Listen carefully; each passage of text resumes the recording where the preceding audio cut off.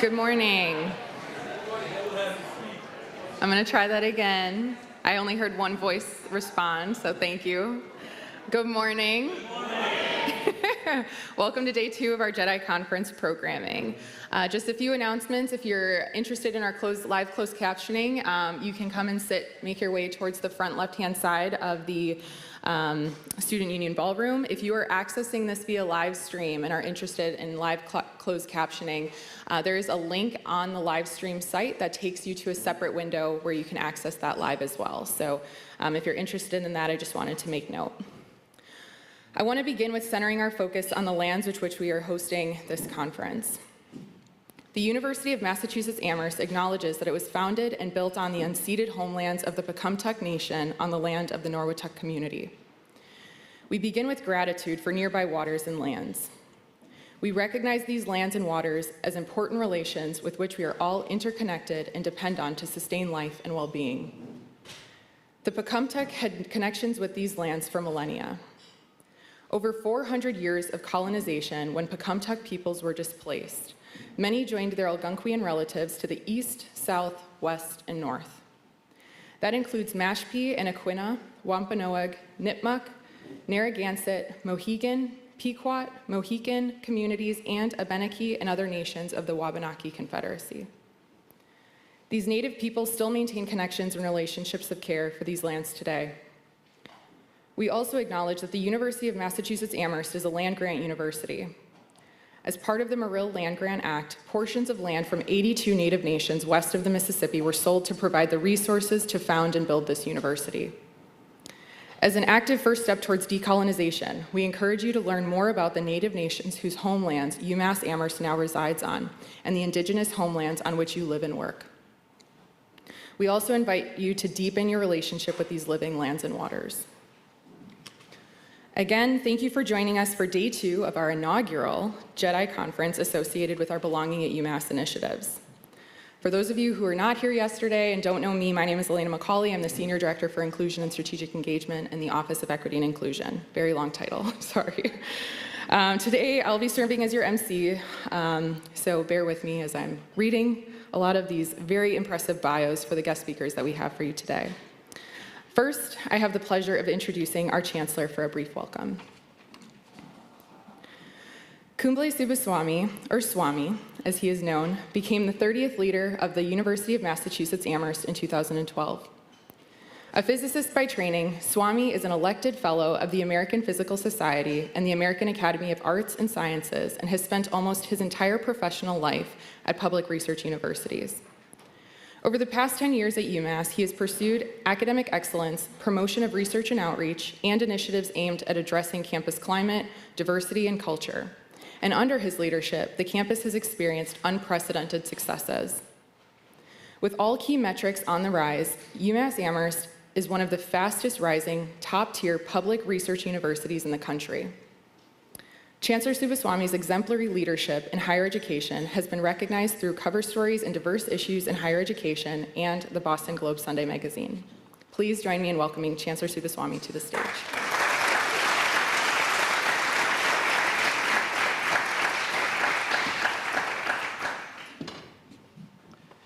Her title is so long because her responsibilities are so many, so it's a reflection of that. Thanks very much. Good morning. It was much better for again, welcome to the day 2 of Justice, Equity, Diversity, Inclusion Conference. I thank all of you for taking time out of your busy schedules to join this conference and this critical exploration. And on behalf of the entire university community, I thank Vice Chancellor Dr. Nefertiti Walker and her colleagues in the Office of Equity and Inclusion for organizing this exceptional week-long program, and of course, then activities going beyond that for the whole academic year. I thank all of you for participating and the partners from different parts of the university who have contributed significantly to the programming as well.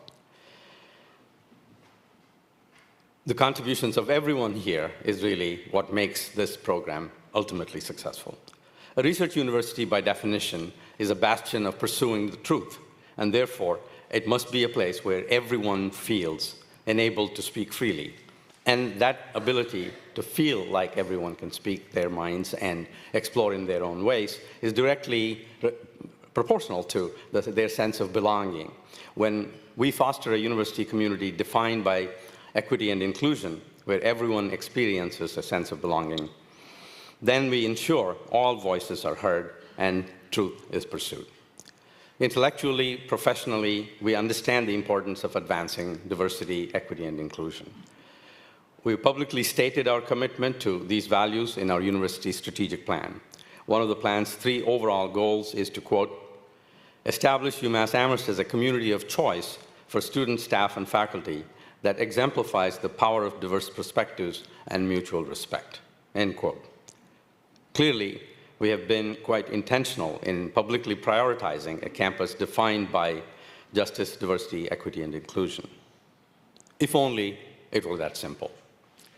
All of you are here today because you understand those words need to be lifted off the page and made real. We need to breathe life into our intentions, and they remain one-dimensional and flat otherwise. While addressing these issues requires a continuous effort, I have great faith in all of us as a community. I'm confident that by working together, both during Belonging Week and far beyond, we will develop and realize creative and effective strategies to ensure our stated values of justice, diversity, equity, and inclusion, and they will become our living shared experience. Thank you again for your commitment to creating a campus community where every voice is empowered to pursue the truth. It is now my pleasure to introduce Rachel Rollins, the United States Attorney for the District of Massachusetts, and a proud alumna of the university. As the Chief Federal Law Enforcement Officer in the Commonwealth, U.S. Attorney Rollins serves as the Department of Justice's ambassador to this community. The Massachusetts United States Attorney Office was founded in 1789, one of the first in our nation, and following her nomination by President Biden, U.S. Attorney Rollins became the first Black woman to ever hold the position when she was sworn into office in January 2022. Prior to her confirmation, Ms. Rollins served as the elected District Attorney of Suffolk County. She was the first woman to ever hold that role and is the first woman of color to serve as District Attorney in the Commonwealth. Ms. Rollins previously served as Chief Legal Counsel to the Massachusetts Port Authority, General Counsel for the Massachusetts Department of Transportation and the Massachusetts Bay Transportation Authority, and an Assistant U.S. Attorney to the District of Massachusetts, serving in both the civil and criminal divisions. Earlier in her career, Ms. Rollins was an attorney with the law firm Brigham McCutcheon. She also practiced for the National Labor Relations Board and clerked for Associate Judge Frederick L. Brown of the Massachusetts Appeals Court. In addition to holding a bachelor's degree from UMass Amherst, she earned her Master of Laws from Georgetown University and her JD from Northeastern University School of Law. Please join me in giving U.S. Attorney Rachel Rollins a warm UMass welcome.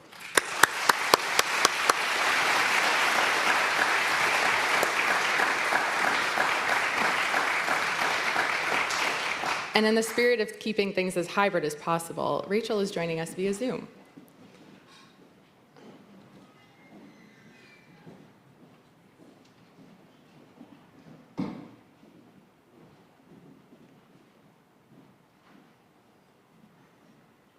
Rachel, are you with us?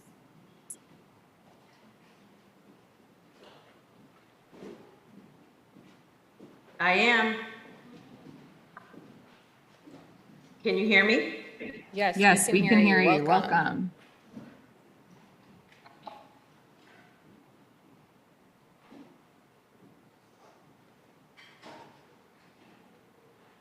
Rachel, are you with us? I am. You are on stage. Excellent. And am I going to be introduced or do I just start talking right now? We did your introduction already. You were awesome. Well, sorry for the disjointed start. I want to thank you guys for letting me speak. And I don't know if Swami already said some words. I'm looking forward to, I hope, seeing him this weekend. I'm going to be up at UMass Amherst receiving an award along with the women's lacrosse team from 1982. So it is always my privilege and pleasure to speak to the university as a proud alum, 1994 UMass Amherst. So I wanted to just give a few opening remarks. First of all, I love the name of the conference, JEDI. And also I wanted to make sure you heard me say some words as the Chief Federal Law Enforcement Officer in our Commonwealth. So right now I'm the United States Attorney. It is presidentially appointed and Senate confirmed. And a lot of the time I spend as the Chief Federal Law Enforcement Officer is dealing with, quite frankly, bigots and racists who love to cloak themselves in the alleged protection of the First Amendment. And there are certainly First Amendment protections. But I want to point out some really important distinctions. So entities like the Proud Boys, the Oath Keepers, NSC 131, Patriot Front, they are all about exclusion. They are all about thinking they are better and superior to other people. And it's funny when people try to say they are like a Black Lives Matter. They are nothing like a Black Lives Matter, which, whether you agree with it or not, and I take no position here whatsoever, but is about inclusion. Black Lives Matter is saying, we matter. Please just treat us equally as you treat other people, and you treat everyone else overwhelmingly, aside from us as Black people, and overwhelmingly with respect to the criminal legal system. So I know we're going to talk about diversity, equity, and inclusion, but you are also going to hear from some exceptional people in my office later on today, I believe, with the United Against Hate presentation that's going to happen. And, you know, I want to point out another distinction, I think. So when we look at the sort of white supremacist groups, and those are their words, not mine, they are self-described or proclaimed white supremacy groups, and Black Lives Matter, they are not the same. You know, I like to point out that, you know, a lot of things that happened on January 6th were based on an alleged stolen election. Nobody died during that election. People were killed during the January 6th riots.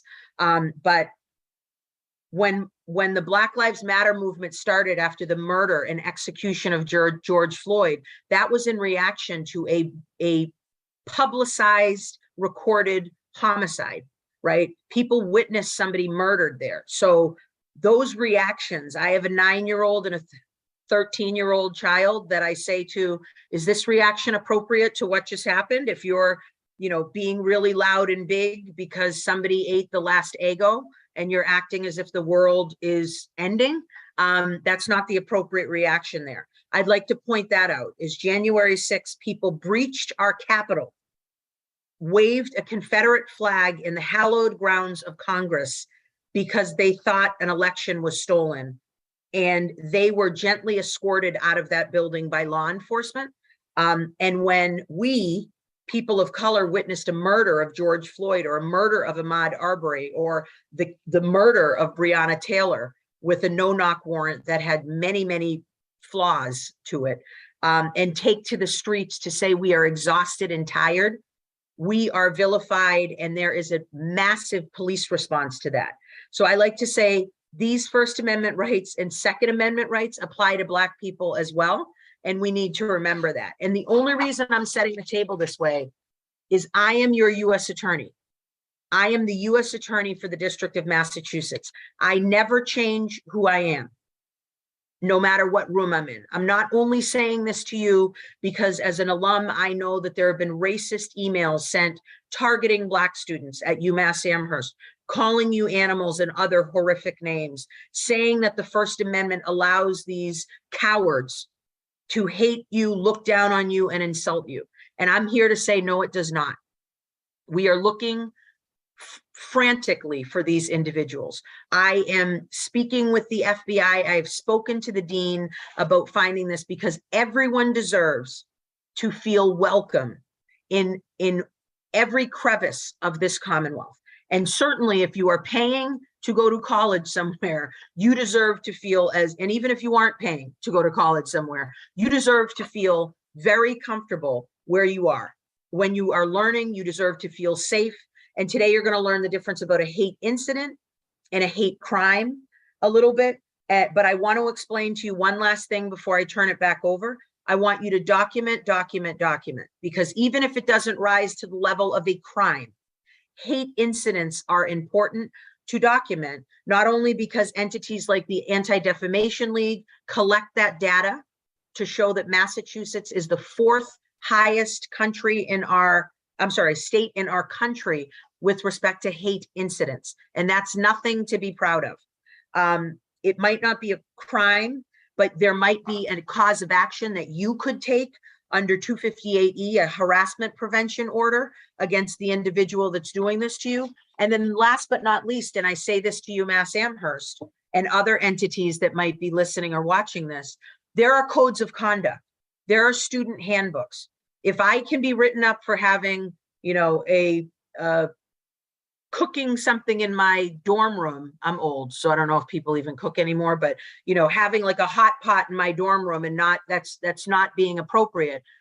We can also make sure that if people are harassing or targeting individuals, if there's a First Amendment protection, the First Amendment does not entitle you to be an RA, or does not entitle you to hold a TA or hold positions where you are going to be responsible for overseeing outcomes of people that you have made very clear you hate and think are less than you.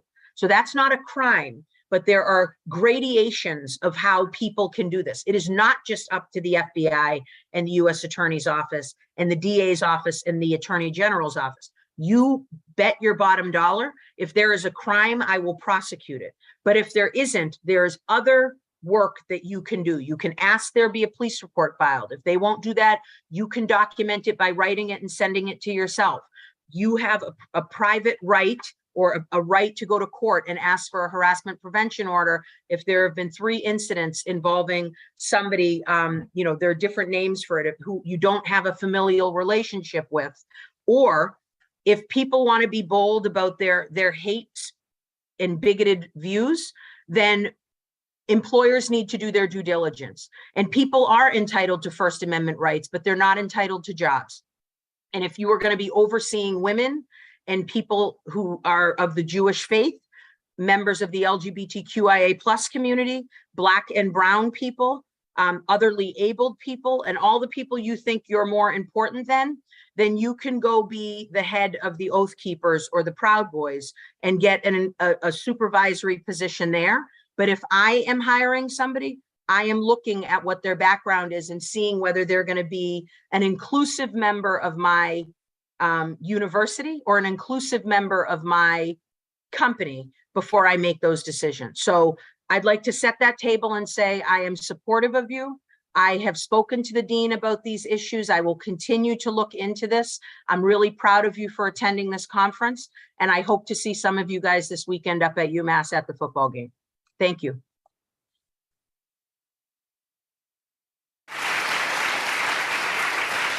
Rachel, I don't know if you can hear our applause, but there's quite a significant amount of applause. All right, I can't. It was a deafening silence, so I was terrified that I had offended everyone and it didn't work. But you're in really good hands. Take care, guys. Thank you for letting me speak to you. Thank you so much.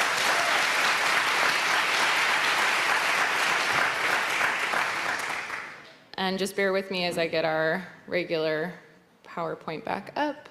Thank you so much to our Chancellor and to Rachel for another round of applause, because I feel like every time I hear her speak.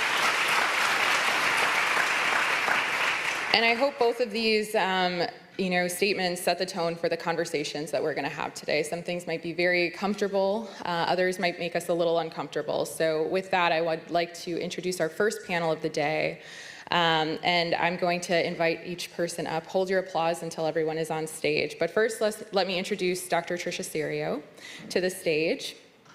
Professor Serio received her Bachelor of Science in Molecular Biology from Lehigh University in 1991 and her PhD in Molecular Biochemistry and Biophysics at Yale University in 1997. Following postdoctoral studies at the University of Chicago and at Yale University, she joined the faculty at Brown University in 2002 as an assistant professor and was promoted to associate professor with tenure in 2008. In 2012, she joined the faculty at University of Arizona as professor of molecular and cellular biology before joining the University of Massachusetts Amherst as professor of biochemistry and molecular biology in 2017. This is like a tongue twister. Cirio has been active in academic administration throughout her career, serving as graduate program director at Brown University, department head at University of Arizona, and dean of College of Natural Sciences at University of Massachusetts Amherst. In 2022, she was named Provost and Senior Vice Chancellor of Academic Affairs at the University of Massachusetts Amherst. Our next panelist is Dr. Brandy Hepner-LeBanc. Said that right. Dr. Hepner-LeBanc proudly serves the students and staff of the University of Massachusetts Amherst as Vice Chancellor for Student Affairs and Campus Life. She received her EDD from Northern Illinois University and has over 25 years of experience in higher education. Before joining UMass Amherst, she served as the Vice Chancellor for Student Affairs and Professor of Higher Education at the University of Mississippi. Her background includes an accounting degree from the University of Akron prior to graduate study in higher education administration at Kent State University. Our final panelist, before I introduce our moderator in this session, is Kirsten Britton.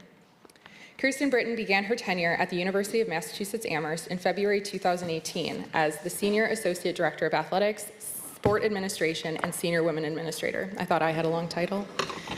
Britton served as an essential member of the Department of Athletics Executive Management Team and oversees the day-to-day varsity sport operations of the Department of Athletics. In June 2022, Britton was elevated to Deputy AD, Sport Administration, and Senior Women Administrator. In addition to directing sport administration and facility event operations, Britton now serves as the department's Chief Administrative Officer, a role built to provide oversight for all administrative aspects of UMass Amherst athletics. Britton also oversees the department's Human Resources, Student-Athlete Code of Conduct, and serves as the Deputy Title IX Coordinator for Athletics. Lastly, allow me to introduce a woman who needs no introduction. I think everybody knows who Nef is, but OEI's very own Dr. Nefertiti Walker. Nefertiti Walker is the Vice Chancellor for the Office of Equity and Inclusion and Chief Diversity Officer at UMass Amherst. Dr. Walker is a social scientist and professor at the Eisenberg School of Management who studies organizational culture. Specifically, she examines organizational inclusion and exclusion, seeking to understand the experiences of people with marginalized identities and using those insights to design more inclusive organizational cultures. She routinely gives public and corporate keynote lectures, with her most recent appearances being at the World Economic Forum at Davos, South by Southwest, and the Boston Children's Hospital. She is a research fellow and has won awards in teaching excellence, research excellence, and most recently received international recognition for inclusive excellence. Please welcome our panel.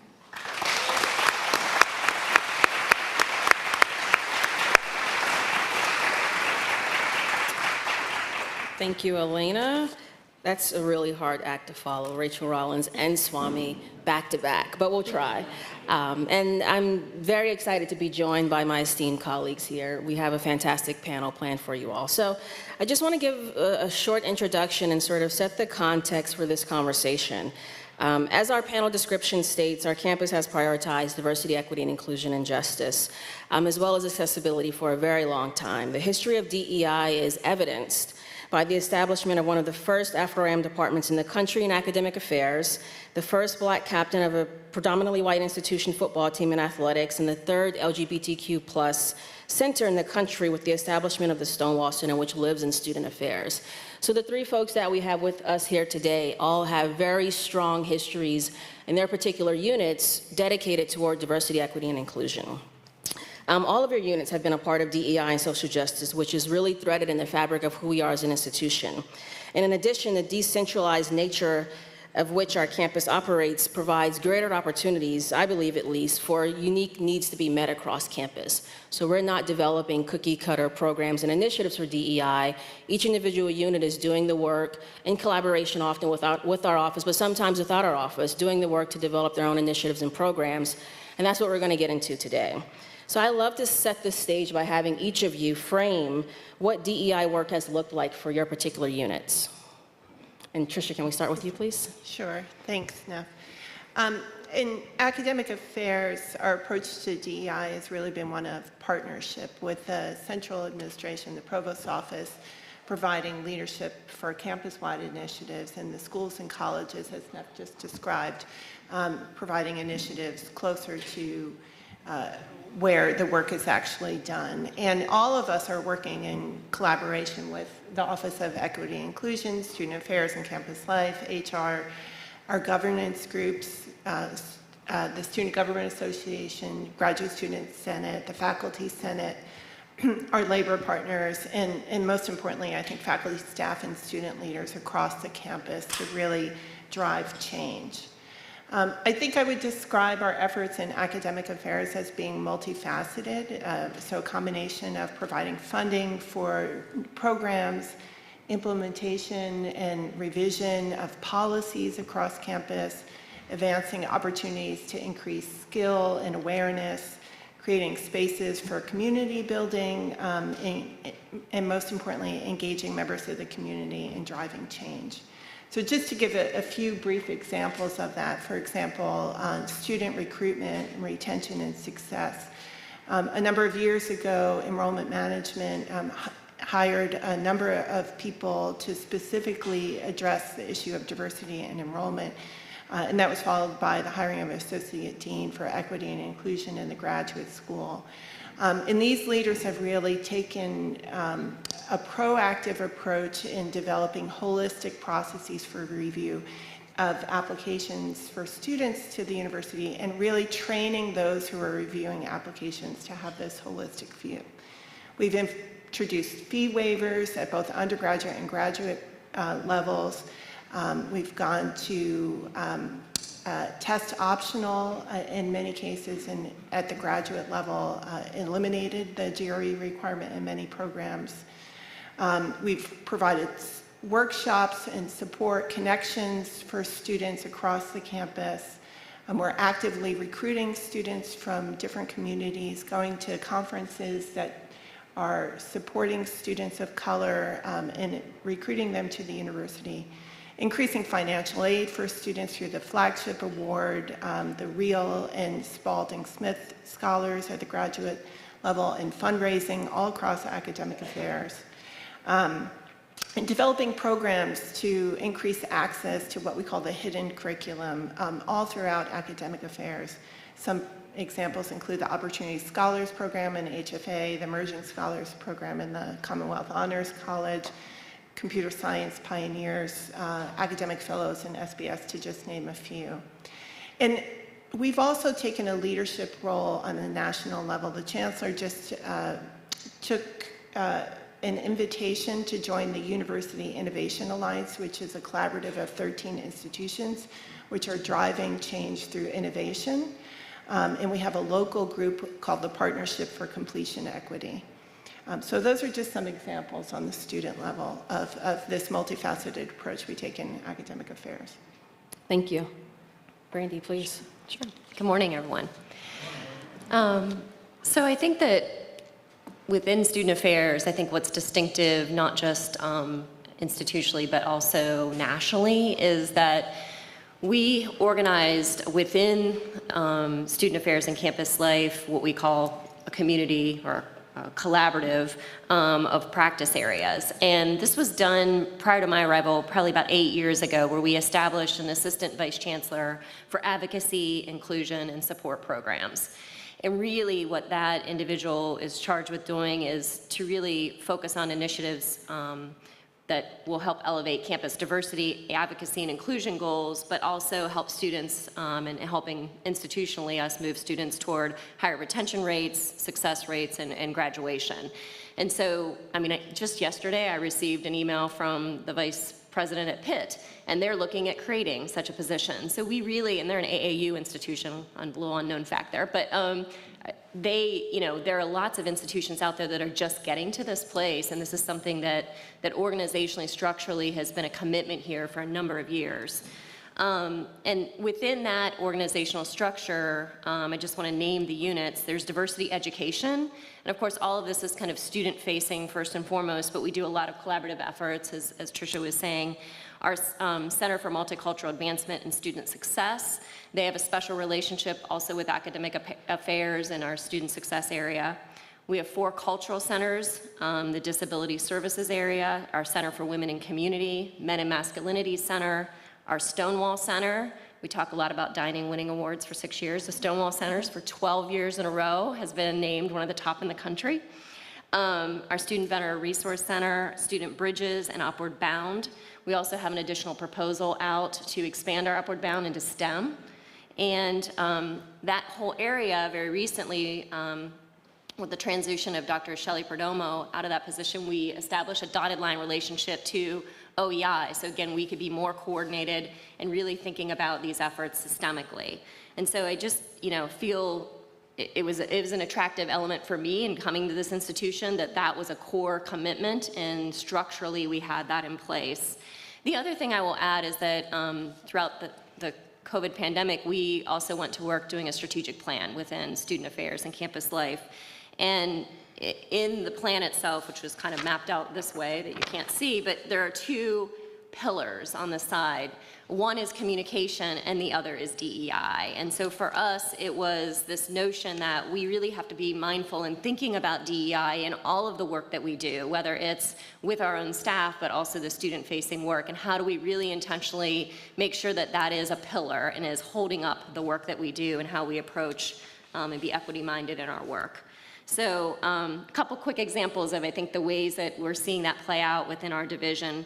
Our campus rec established this year a free agent process. So if a student wanted to be involved in a sport but hadn't made the connections on campus, they could sign up as a free agent, and then they can find other groups to belong with, or they can be picked up by a team. And so we also are establishing inclusive court time so that we can bring in what we call non-traditional, I guess what we've seen campus rec-wise, sports, pickleball, table tennis, teak ball, those sorts of things. So really trying to make sure that we're carving out time and making sure there's more representation within the court space.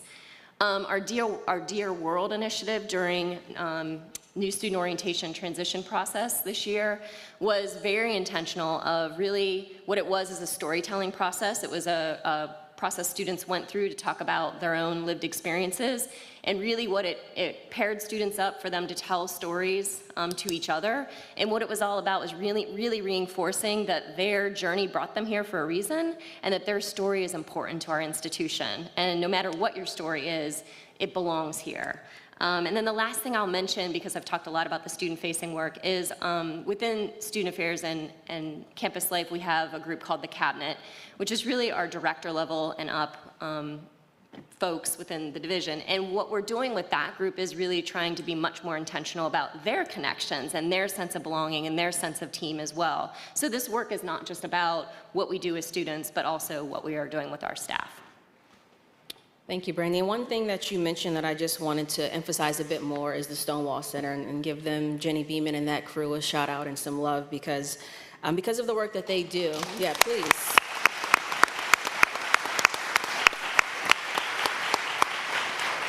Because of the work that they do, we're constantly ranked in the top 5 from Campus Pride, which means that we're one of the top 5 most inclusive universities in the country for LGBTQ+ folks. And I think that's really important when we think about recruitment, but also that's been really important, the work that Jenny Beeman and that team has done, as well as all of the collaborators across campus for some of our policies. So for instance, our inclusive pronoun policy is one that many folks from across the country, lots of institutions come to us for guidance on how to develop their own inclusive pronoun policies. So I think, again, this work that's being done in all these different areas certainly correlates with our national and international reputation, which I think is really, really important. Kirsten, please tell us what's happening in athletics. Good morning, everybody. Thank you to Neff and her team for having us in athletics to be able to sit on this panel today. I'm really excited to share with you all some of the initiatives that we have within our department, and it's exciting work, and I think one that is enticing to be able to share with all of you some of the great work, specifically our student athletes too have done in this space. So for us, to start, I would say our emphasis on our student athlete development and programming is paramount to everything that we do. We have some fantastic student athletes and their voices, and they're definitely helping us drive these initiatives, which has increased each year. And it's something that's really exciting for us as we move this forward. We have a director of student athlete development, which is a position that was created to truly focus on the holistic wellness and development of our student athletes, not just within their 4 years here at UMass, but also beyond, preparing for careers.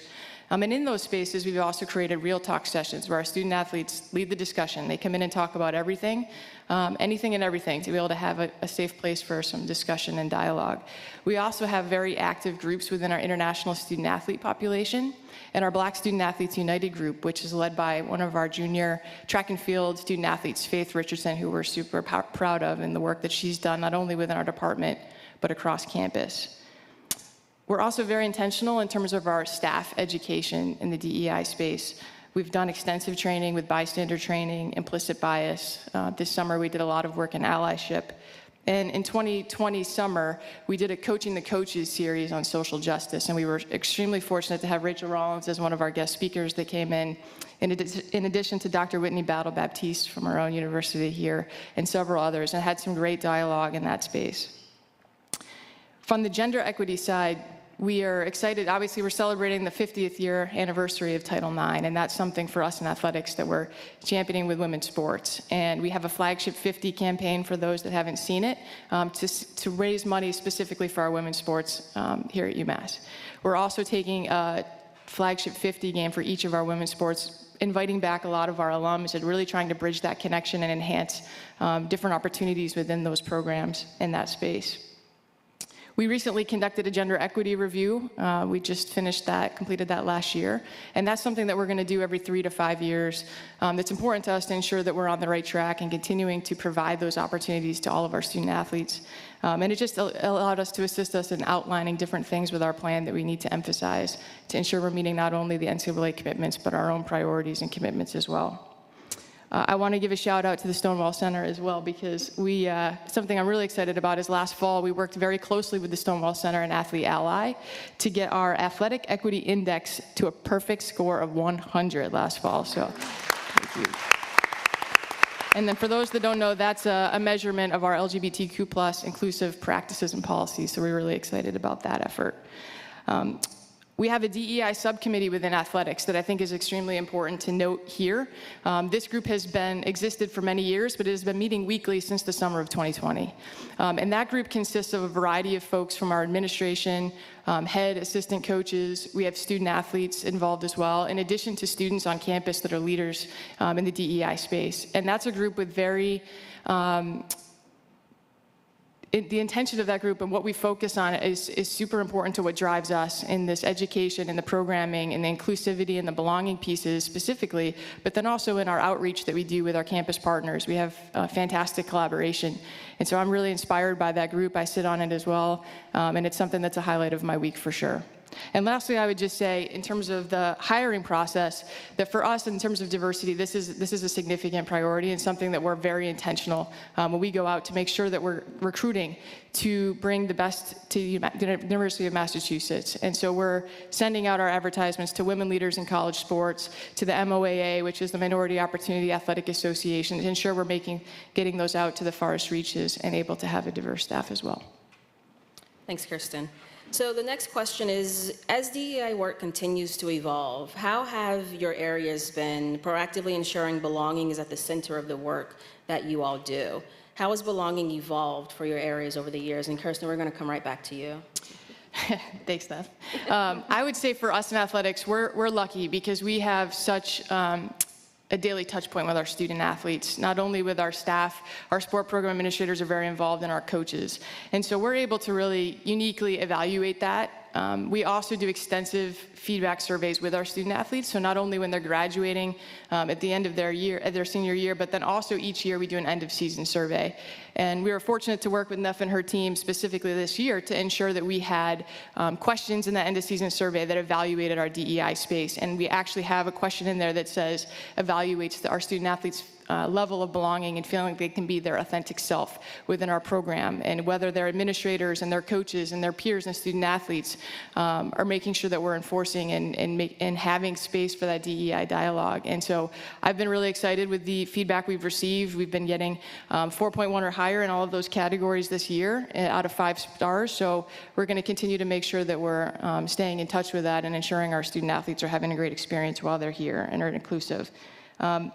The NCAA, I don't know if folks know this, in the last year or two has come up with an ADID designation that's required, which is an Athletics Diversity and Inclusion designation. And so we also have someone on our staff that leads and pushes and promotes and helps us with all of the education and programming that happens within the DEI space. So we're excited to continue that and to grow that staff as we move forward. And lastly, I would say mental health is a challenge for our student athletes, as it is a lot of our student population. And we're very fortunate to be able to have and have grown this area within athletics. So in summer of 2020, we actually hired a director of sports psychology who's been a phenomenal addition to our team. She recently left college athletics, but we were sad to lose her, but excited as we continue to grow this unit, and have just recently appointed 2 mental health clinicians who will be specific to our student athletes, and again, really help us in terms of ensuring that our student athletes have support in whatever they choose to pursue. And I will add, Kirsten, the work that you all have been doing has paid off, because when we look at our belonging data, which Emmanuel Ladero will be presenting with our team at the next session, what we find is in athletics, they have some of the strongest feelings of belonging. And it's certainly, the work that you've been doing has paid off. So thank you for that. Brandy, please. Sure. So I mentioned the strategy or strategic planning process in our strategy map, and that's certainly something that keeps us accountable all the time, and we're continually trying to focus on and integrate into our work. But I guess what I would go back to is just thinking about the evolution of student affairs as a professional area. And what's unique about us is that most of the folks that come into student affairs have an academic training that really grounds them in the work of DEI. And so when I think about some of the key theoretical foundations that folks study in that space, it's psychosocial development, it's social identity development, whether that's racial, ethnic, ability, sexual, those sorts of things, critical perspectives, and as well as campus environment. So there's that educational and professional development piece that is continually reinforcing DEI and the presence of that in the work that we do, and belonging, as a sense.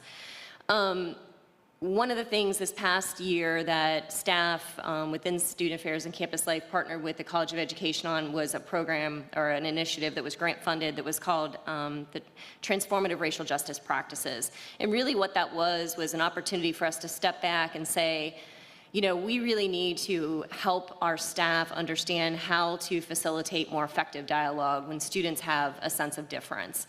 And how are we, just retooling ourselves to make sure that we're doing that. And so that program ended up winning a national award for the work that we did. It only was able to train a small number of folks. We're hoping to really increase that. But that kind of is going back to our roots in that sense of really going back to that theoretical foundation and figuring out how do we pull in those pieces to make sure that we are helping students understand how to work through what makes them feel different, and how to work through that so they do achieve that sense of belonging on campus. And so with all of that, of course, we focus often on trying to find those programs and put those out there for students outside of the classroom that really reinforce how they can get involved and feel a sense of belonging on campus. And I'll start with their home, so Res Life.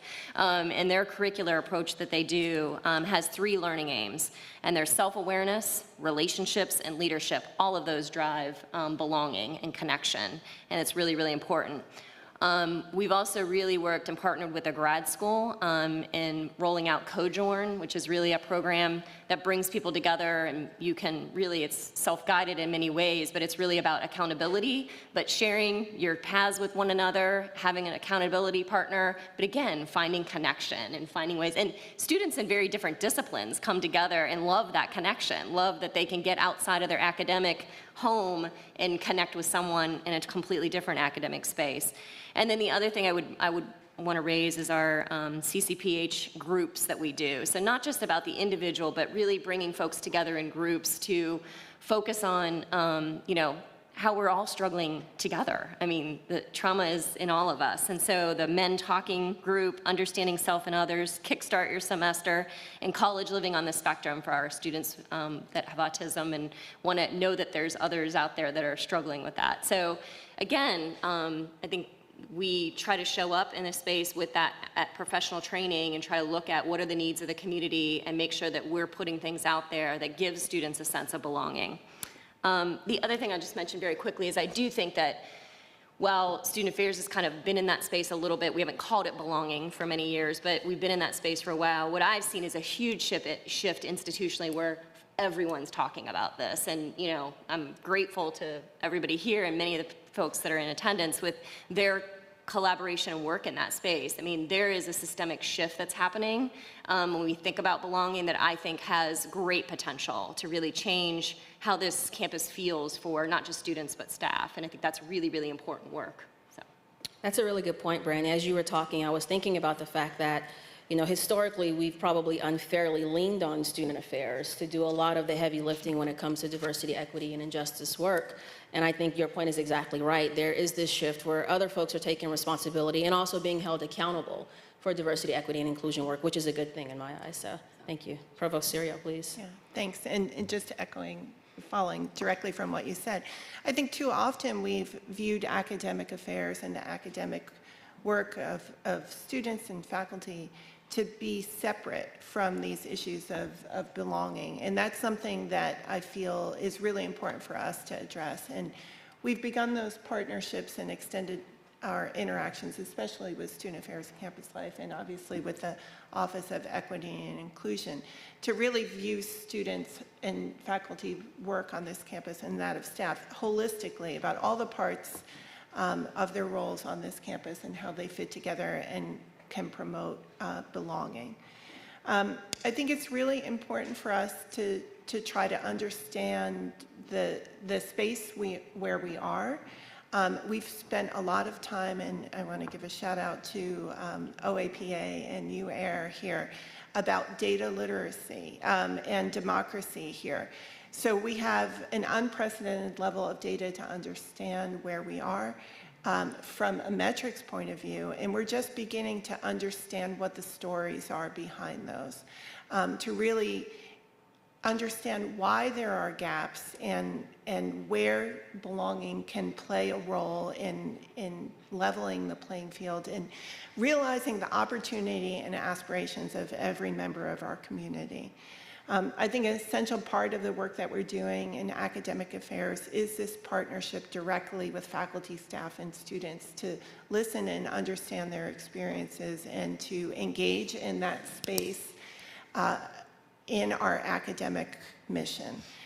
One really inspiring example from last year was a group of graduate students and undergraduate students worked with UAIR and OAPA to develop dashboards that are publicly facing that can help explain the situation where we are today and to really inspire us to do better moving forward. And those are the kind of partnerships that I think are really essential for us to move forward, where everyone is engaged and there's community there.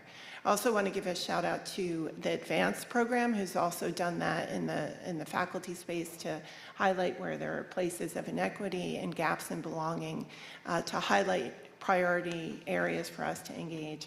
And the Office of Faculty Development, which is overseeing the Coach Survey and will, in collaboration with the release of the climate results, also talk about issues of belonging for women and faculty who are from historically marginalized communities.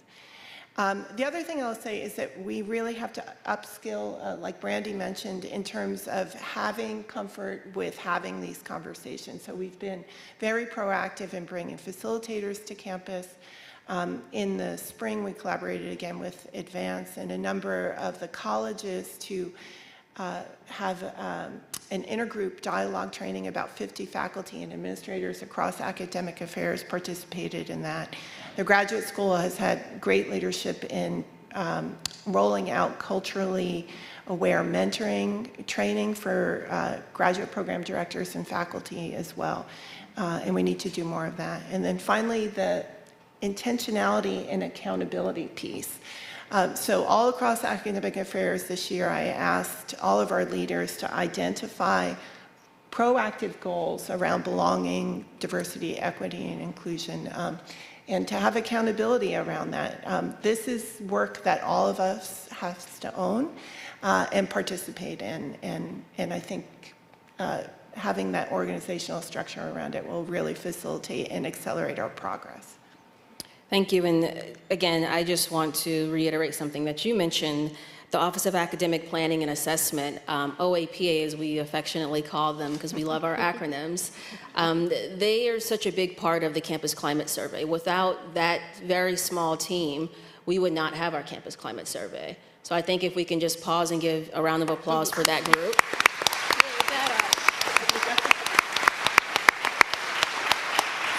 And all the amazing work that they do, and also dealing with, I would say OEI, but probably me, pushing to really get this data out to our campus community, pushing more than probably I should, but they're always so gracious with their time and their energy and effort, so I really appreciate their work.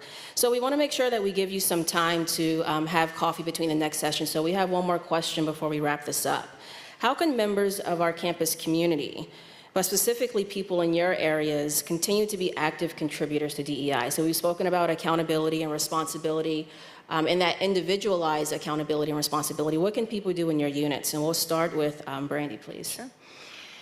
One of the things I love about working with my colleagues in SACO is that there's this constant want to do better and focus on particularly DEI and how we can improve our practice. And so we have a state of series throughout the year. And at the beginning of the year, we have a state of the student presentation. And this year, we invited Sean Ginwright to come. He's a faculty member from San Francisco State, but an author of the book called The Four Pivots. And he's just really inspirational and does a really nice job of challenging us on how to change the way we see things and how to work toward, inclusion and a sense of belonging for a community. And so I'll just briefly touch on his 4 pivots. The first is Lens to Mirror. And please read the book, it's amazing. And we'll have copies in SACL if you want one. Pete's giving me the dagger right now. The Lens to Mirror is this notion of work on yourself. Think about your own privilege, your own bias, and name what we see as toxic in our communities so we can work to find good solutions to that. And asking the question, what should we become versus what's wrong or what should we do? And I just love that reframing. I think that's just really well done. The second is moving from transactional to transformational relationships. Penn, I think you spoke to this a lot, really, in many ways yesterday, but when I think about our work with students, it's how do we listen more intently to what they're saying and seek change that is purposeful for them, because this is their community. But also challenge them at the same time that there's a difference between debate and discussion and real dialogue, and trying to move toward dialogue and that process. And again, that's for us to think about and as well for us to challenge students to do. The third pivot is moving from problem to possibility. And again, it's this notion of focusing on open language and not being deficit-based.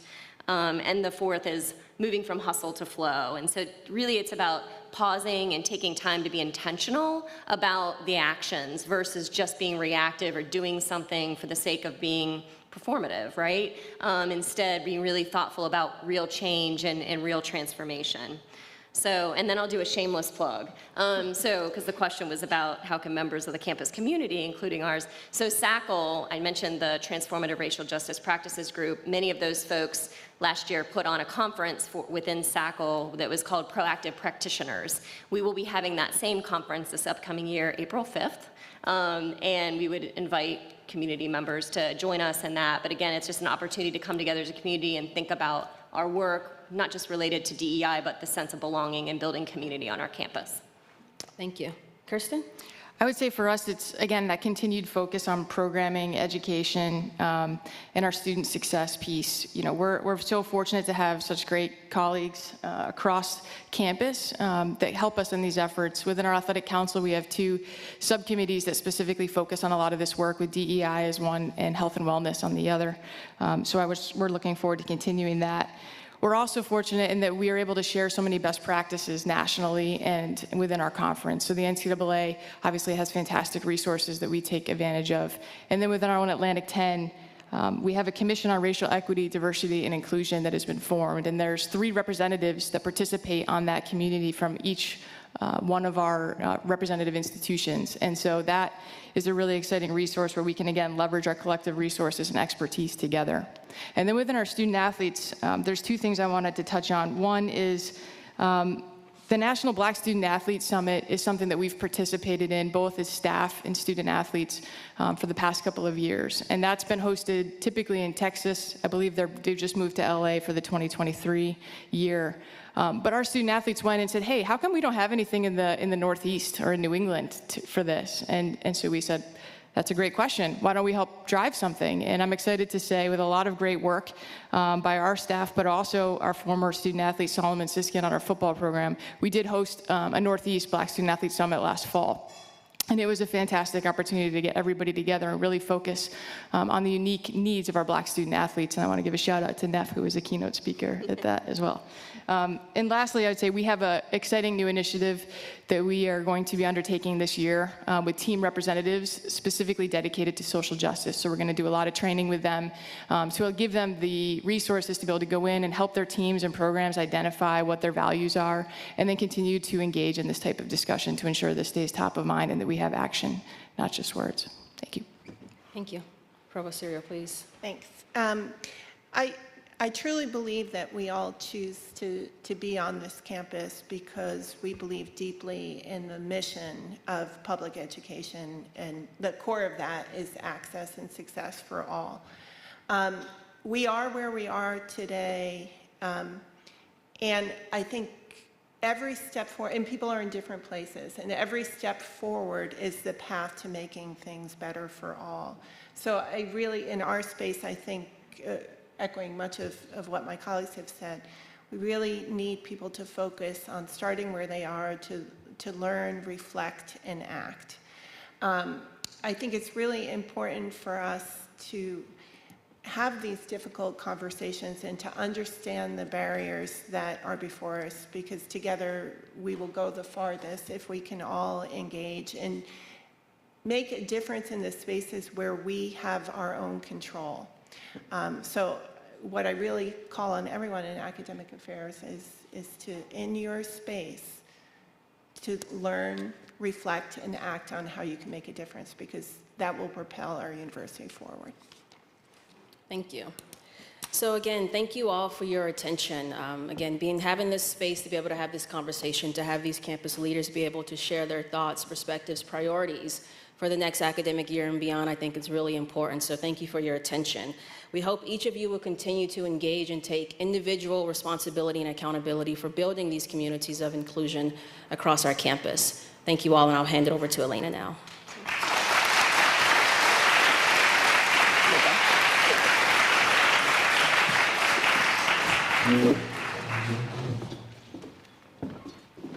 Let's just give one more round of applause to that panel, because I think we're all smarter for having listened to that. Thank you so much, and for sharing the priorities that you have for this work. We are going to take a brief pause in our programming so that you all can finish up some refreshments, grab the last bit of breakfast, and we set up for our next panel. But we are going to set stage again about 10:10 with Emmanuel Ladero to talk about our campus climate. So we'll see you in about 10 minutes.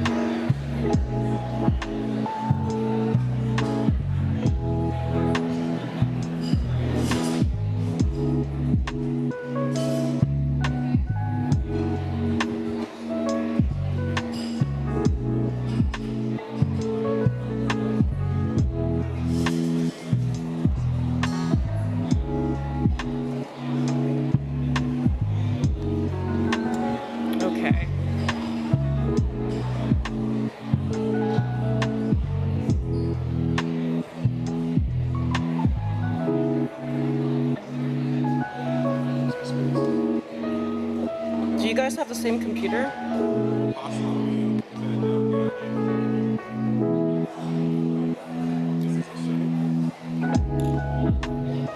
What's that?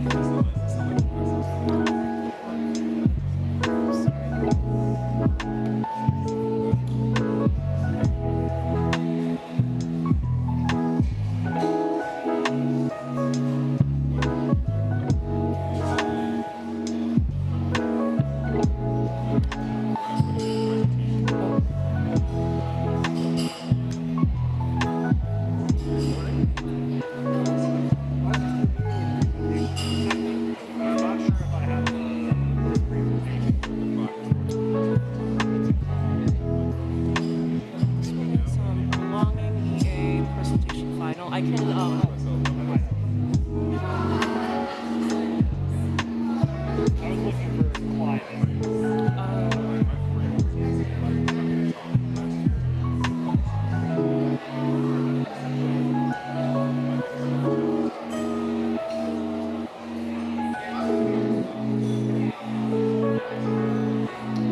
I think I sent it as a PDF because the formatting kept getting messed up because there's like a lot of bullets. It's the last one. Yeah, if it's not any trouble, just want it to be really quick, that way we can. Yeah, can I use my...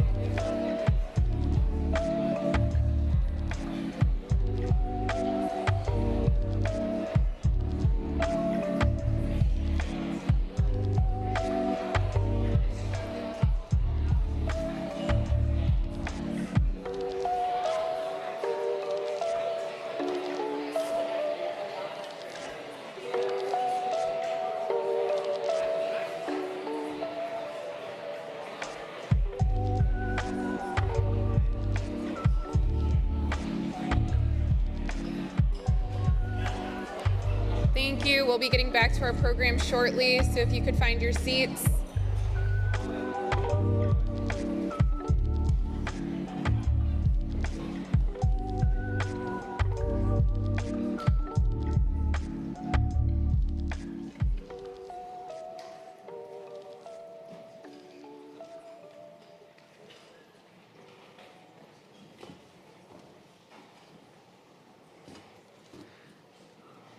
All right, welcome back, everyone. I have the privilege of introducing our next panel, or not panel, it's really a discussion with a speaker and some added OEI fun at the end of it. But we're going to be talking about our campus climate, which I think a lot of you are going to be interested in. We released the data in the spring, and now we get to take a little bit further and a more intentional look at how we're interpreting the data.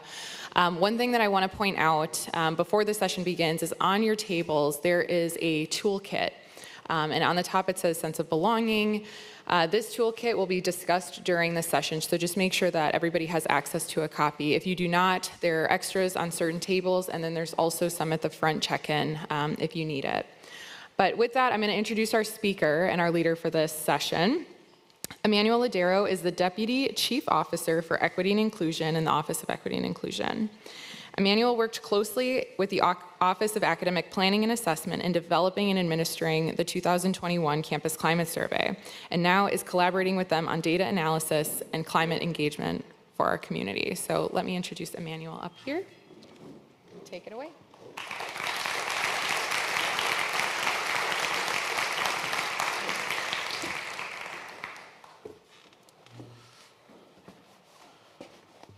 Good morning. Thank you so much for joining us for this session and for this conference. Really appreciate you all as colleagues, members of our community. So this is the first in a series of presentations on themes from the responses to our most recent campus climate survey, which I'd imagine many of you in this room participated in. And if you didn't, please pretend you did, just for my sake. These surveys are crucial in understanding where we are as a community and allow us to do our work more effectively and more thoughtfully. If you were here for the 2016 Campus Climate Survey, You may remember the large report that was released after the survey concluded. This time around, our reporting will take the place of interactive dashboards. You've already seen the first on the OVI website, along with presentations like this one. These reports will also be based on specific themes from the questions and the responses. Each report will also be accompanied by a toolkit, which again, Elena referred to and you're going to hear more about shortly. And this toolkit will help community members engage more directly with the takeaways from the trends in the data. So I'm going to be showing you a lot of trends, the toolkit, a little bit more about the takeaways, the personal, individual impact, and ways we can think about this and what we do about it. We really hope that this new reporting format will be more accessible for our entire university community. Since you all were literally the source of our data, it's really important to us that you're able to engage with the data. Today's presentation will center on the first theme in our series, sense of belonging. I want to begin by providing some background on the survey itself and discuss our methodology, including how we conducted the survey, the factors that affected our data collection, and also what participation looked like. Last fall, we invited all students, staff, and faculty to join us and take the campus climate survey. This was a follow-up to this campus-wide survey of 2016. Like the last survey, this one was administered by the Office of Academic Planning and Assessment, and like Neff, give a shout out to my colleagues over there at OAPA.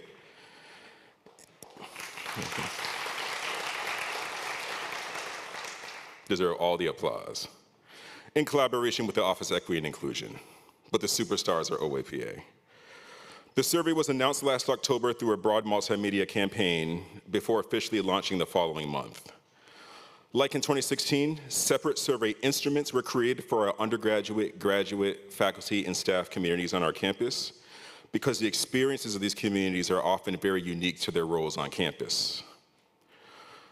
The survey was administered through the online survey platform Qualtrics, which allowed people to take the survey electronically, either on a desktop or on a smartphone. For staff who don't have regular access to computing, like in particular our service and maintenance staff who don't have workstations with computers on them, computer kiosks were distributed around campus with students on hand to support staff in taking the surveys. For staff who could not or preferred not to take the survey electronically, period, their version was also printed out in 9 languages and distributed around the campus to the places that they work or frequent. The survey was administered campus-wide from November 3rd to November 29th. However, it was extended to mid-December for our service maintenance colleagues, just to give them more time to participate. I'm just going to move some stuff on this table really quickly and hope it doesn't end my presentation. There we are, nothing turned off, so good. Before we discuss the response rates, I want to touch upon several important factors that came into play since our 2016 survey and which affected our 2021 survey. First, the university underwent some important structural changes during the years between the 2 surveys. We saw large portions of our staff moving from one unit to another, which prevented us from neatly comparing the responses and rates between units from survey to survey. Maintenance and service personnel under student affairs, for example, were moved into the Office of Administration and Finance, and human resources moved out of A&F and became its own unit. Second, we can't discuss the survey landscape without discussing the national and political context that surrounded both surveys, really. The 2016 survey was conducted during the presidential election that year. The social and cultural issues surrounding that election and that administration would go on to impact our campus culture and climate for every year since. Since 2016, we've seen a rise in xenophobia with Asian, Latino, Jewish, and Muslim communities around the country being targeted. We also saw the beginning of ongoing reckonings with this country's history of anti-Black racism and in how violence against women has been handled traditionally. All these factors have played out on our campus as well because we're part of society. In the last 2 cases, they played out right as we administered the last survey in 2021. And lastly, it goes without saying, but I will say it anyway, that the pandemic had a seismic impact on what we do. COVID caused unprecedented disruption worldwide, and naturally for us also as a campus. In addition to the profound personal and public health impacts of the pandemic, the majority of our staff were shifted to remote work in early 2020, with only those deemed essential remaining on campus. Almost all of our staff experienced furloughs during the shutdown, with members of our service and maintenance staff furloughed for the duration of the shutdown. Due to furlough and some other factors, our staffing levels, therefore, were lower when we administered the 2021 survey than they had been in 2016. And of course, the vast majority of our students shifted to remote learning also in the spring of 2020 and didn't return to campus until the fall of 2021. So because of that, when we administered the survey, both our first-year students and many of our sophomore and second-year grad students were on our campus for the first time. So those factors meant that we were administering the 2021 survey in a very different context than we had in 2016. In many key ways, we were a completely different campus, and I would argue a different country as well. In addition to those factors that changed around us, we made some key important adjustments to the survey instrument itself. In 2016, many of our respondents found the survey to be too long, especially our student respondents. So we made some efforts to streamline the questionnaire, including turning some open response questions into multiple choice, based on some common themes that we've seen in responses. However, we also added some questions about experiences related to things that happened on our campus and in our country since 2016, and I'll show you a sample of responses to one of those questions shortly. So because of these significant changes, we didn't conduct the 2021 survey with the intention of comparing all the results to the 2016 results. Rather, our intention of this and future surveys was benchmarking, showing where we are in this given point of time. So let's talk about who responded to the survey. The overall response rate for the survey was robust for our students and our faculty. At 42%, 39%, and 49% respectively, our response rates for the undergraduate, graduate, and faculty respondents exceeded our 2016 rates. And again, considering the broader context of the survey, running during the same semester that most people were coming back to campus or coming here for the first time, and all the other disruptions that we covered on the last couple of slides, this level of engagement was actually very encouraging to us. The staff rate of 39% reflected the impacts of a number of interrelated challenges. About a third of all campus staff positions are service maintenance and skilled crafts, but responses from these personnel were disproportionately lower than any other staff group. The majority of our service maintenance and skilled crafts are located under the Office of Administration and Finance. This unit accounts for a little under half of all staff on campus, but constituted just under a quarter of staff respondents to the climate survey. These populations are also where a lot of our racial and ethnic diversity is concentrated, particularly our Asian staff. The low response rate meant that a lot of these groups were underrepresented in the survey. The causes of these lower responses were a mix of ongoing challenges and some that were inflicted upon us by the pandemic, either directly or indirectly. Service, maintenance, and skilled craft staff came out of the shutdown overextended in their work, largely due in part to severe staffing shortages in their areas. Simply put, a lot of them didn't feel like they had time to take the survey. They were working extremely hard. Additionally, these personnel lack ready access to email compared to staff working primarily in offices and also compared to our students. The computer kiosks and printed surveys that we distributed were an attempt to bridge that gap to a degree, but we'll have to revisit and consider additional measures next time. Perhaps most importantly, however, morale for our service maintenance and skilled craft staff has historically been lower than for other staff groups on campus, and the same is often true for their trust in the administration. In combination with the challenges mentioned above, for many of these staff, enthusiasm for even taking the survey was very low. Many of these issues speak to the need for administration to enhance our outreach, engagement, resources, and support for our service maintenance and skilled craft. And obviously not just for the sake of survey response rates, but in order to be the best employer that we can for these colleagues. So with that background established for the survey itself, let's get into what this presentation is about, sense of belonging. And it probably occurred to you that a lot of the challenges that I just covered for staff speak directly to sense of belonging. So keep those in mind because they're going to factor in as we start looking at the data itself. How belonging feels to each of us is shaped by our identities, our experiences, and how we were socialized. Our relationships with other people, groups, the broader community also shape our sense of belonging. Belonging is both individual and also social.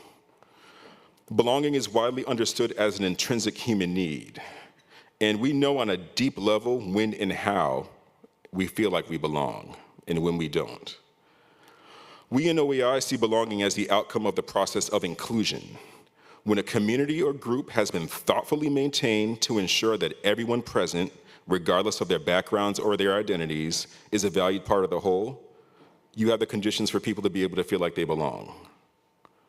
Belonging, therefore, is not our job as individuals. Belonging is cultivated by those most responsible for a community. As you look at this data, and I'm going to be coming back to this a lot, I want you to think about the word we. When you use that word, or when you hear others use it, what does it mean? Who's part of that we, and who isn't, and why? As a society, the word we hasn't always meant everyone. Or to be a little bit more precise, it's often meant some people more than others. This is true for race, gender identity, orientation, nationality, ability, and so many other factors. These are historical patterns that contribute that continue to shape our society, and because our campus is part of that society, it's shaping our campus as well. People really feel it when this we wasn't defined to include them, and that's going to be clear on the upcoming slides on the data. So now let's get into the questions that we asked you all about your senses of belonging. But because belonging is such a core intrinsic sense, we didn't provide survey respondents with an official definition of what we call belonging. Again, each of us knows when we feel like we belong and when we don't. That's something that you don't have to have defined for you. You know it. We did, however, break belonging down to some key parts and ask people to speak to those parts. The belonging questions that we asked people on the survey were, at UMass Amherst, to what extent do you feel like you belong, broadly? Have a good support network? Have a mentor or role model, singular or plural? And feel like you can openly share your point of view. The first three questions were also included in the 2016 survey. The last one was added for the first time in 2021, and I'll talk a little bit more about that when we get to it. Something that I ask you to consider as we go through the responses to these questions is the importance of understanding it through an equity mindset. An equity mindset is a mode of thinking used by practitioners, those people who are responsible for the policies and procedures, to call attention to patterns of inequity and outcomes. In this model, practitioners assume responsibility, both personally and institutionally, for the success and outcomes of people in their communities, and continually reassess practices to create change. An equity mindset requires awareness of social and historical context of exclusionary practices. And I want to be clear that you don't need to be a practitioner to view the data through this lens. Even if you're not a practitioner, keeping this framework in mind goes a long way towards us all building a very inclusive community. With an equity mindset, one uses data to understand what are the factors that matter for achieving success and equity in outcomes for our staff, our students, and our faculty. How are the barriers to success and equity associated with our existing practices, policies, and our systems? What actions should be prioritized to improve equity? In other words, especially as you look at this data, with an equity mindset, we don't ask, what is it about that group of people and their race or their orientation that stops them from belonging? How can we change those people so that they belong? Instead, we ask, what is it about our system and our processes that makes it hard for people with those backgrounds to experience belonging? How does our system need to change? So again, whether you're someone who navigates our systems and policies or someone who's responsible for implementing them, please keep this frame in mind as we explore the data together.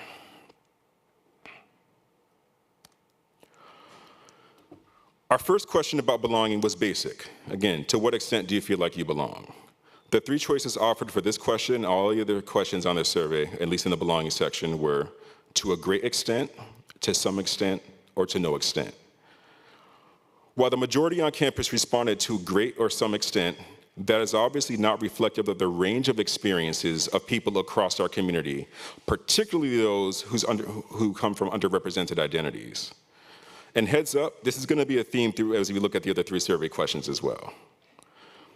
And my goal in showing you these samples we're about to review is to give you a sense of how much variation can be hidden when we only look at the overall averages, when we only look campus-wide, so that you can hopefully continue to develop a sense of how different other people's experiences here can be. For this slide and all the other data slides, the inner charts you see here are the averages campus-wide for the population that's listed at top, in this case for undergrads, and the rates for specific populations are in their rings on the outside. 26% of Black undergrad respondents reported that they feel no sense of belonging. We began the 2021 semester with egregious incident of anti-Black racism, and that basically led right into our survey. While that incident alone likely does not explain why Black undergrads feel this way, it's almost certain to have had a large part of the reason. Again, many broader national and historical forces have been played out on this campus. We also learned that 22% of students with mobility-related disability also felt that they belonged to no extent, along with 18% of trans undergrads. While those rates are similar, through an equity mindset, we know that it's not likely that these groups feel this way for the same reasons. It wouldn't be effective or appropriate to try to address these disparities in the same way. And this also goes for students who identify as an orientation other than LGB or hetero, even though they were also more likely than Black and trans students to report that they do belong. Compared to the 11% average for all grad students, 27% of Latinx grad students reported that they feel no sense of belonging. Only 18% feel that they belong to a great extent, compared to the campus-wide average for grad students of 30%. 30% of grad students with 2 or more disabilities report having belonging to no extent, and only 12% said to a great extent. While these charts show responses by single identity, there are of course some important intersectionality happening between these groups. We just didn't put that up for this. I want to keep this as simple as possible for the sake of this presentation. The differences for our non-binary grad students are similarly stark, with about a quarter reporting that they don't feel like they belong. This will be a trend for the other questions as well, and so also for some of our other populations. We also observed that older graduate students, those age 55 or older, were less likely to belong to a great extent and more likely to belong to no extent.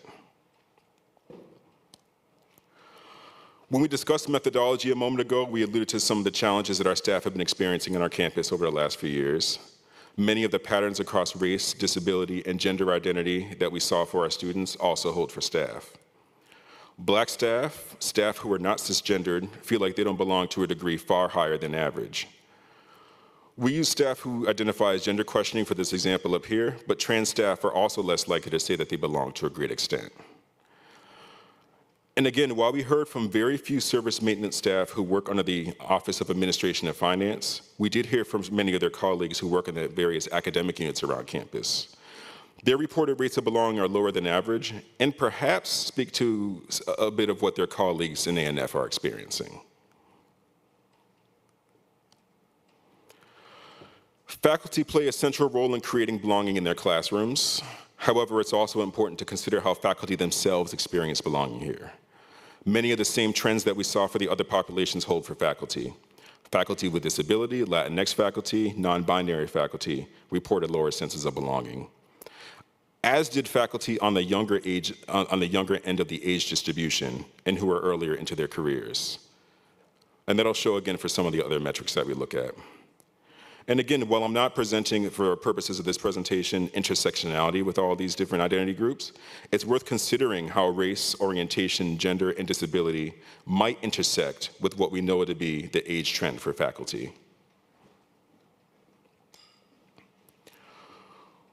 We next asked our respondents, to what extent do you feel that you have a good support network? While a support network can take many forms and include both institutional and personal connections, it's a strong correlate with overall belonging and also well-being, especially again for people with underrepresented identities who might otherwise feel isolated on a very large campus like this one. Again, while most respondents overall felt like they had a good support network, we saw a lot more variation when looking into experiences of people within particular populations. For example, again, the incidents with the racist emails last year made clear the importance for Black undergrads to feel that when they're on our campus, they have a solid support network. A quarter of them reported that they do not. While college is a place that many LGBT students find meaningful community in many cases for the very first time in their lives. Our respondents indicate that there are still some challenges in this regard. All of our non-cisgender undergrads reported having less of a support network, including trans students. And again, we have amazing work being done by Stonewall, by Jenny, creating community for these students. That alone, obviously, for a campus this big, more support's needed from other areas of campus. Amid the expressed challenges with navigating the physical campus itself, including our outdoor areas and our building interiors, our support network is particularly important for our students with mobility-related disability. Their responses indicate the need for further work to help establish networks of support, to facilitate greater access to resources, and obviously for remediation. A graduate education can be extremely intense. For many, a support network is a strong correlate, if not a decider, for their success in their programs. And on a large campus where there can be very few people in a particular program who share the same background or identity, it may be difficult to find a good support network. This is true especially for our Muslim respondents, for whom a quarter don't have a good support network. Multiracial grads, those indicating that they have 2 or more disabilities, and those identifying as non-binary also reported very similar rates of not having a good support network at all. And again, just keeping that equity mindset, similar rates don't mean similar causes, it doesn't mean similar remediation. I'm gonna be repeating that a lot. The patterns that we discussed around feelings of belonging for staff carry when discussing their support networks. Latinx staff and staff with disability report not having a support network at higher rates than average. The servants and maintenance staff who we did hear from, again, the ones working in our academic units, are less likely to report having a good support network, which again may indicate how their colleagues in A&F are feeling. Looking at the same faculty groups that we did for the overall belonging question, the patterns hold. A good support network is a significant challenge for our Black faculty, as well as our faculty with disability. The difference is smaller, but still worth investigating for our youngest faculty as they find themselves at a critical moment in their career. And while non-binary faculty are no more likely than average to say that they don't have a support network, they're also less likely to report having one to a great extent.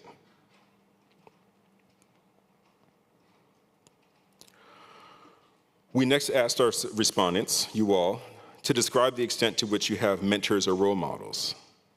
Many of us in administration have heard from students the importance of having mentors during their time here, especially, if possible, mentors in their field of study and who share their social backgrounds. The same is true for staff and faculty who are navigating careers here, especially when their familiarity with our resources and our channels for advancement are mixed.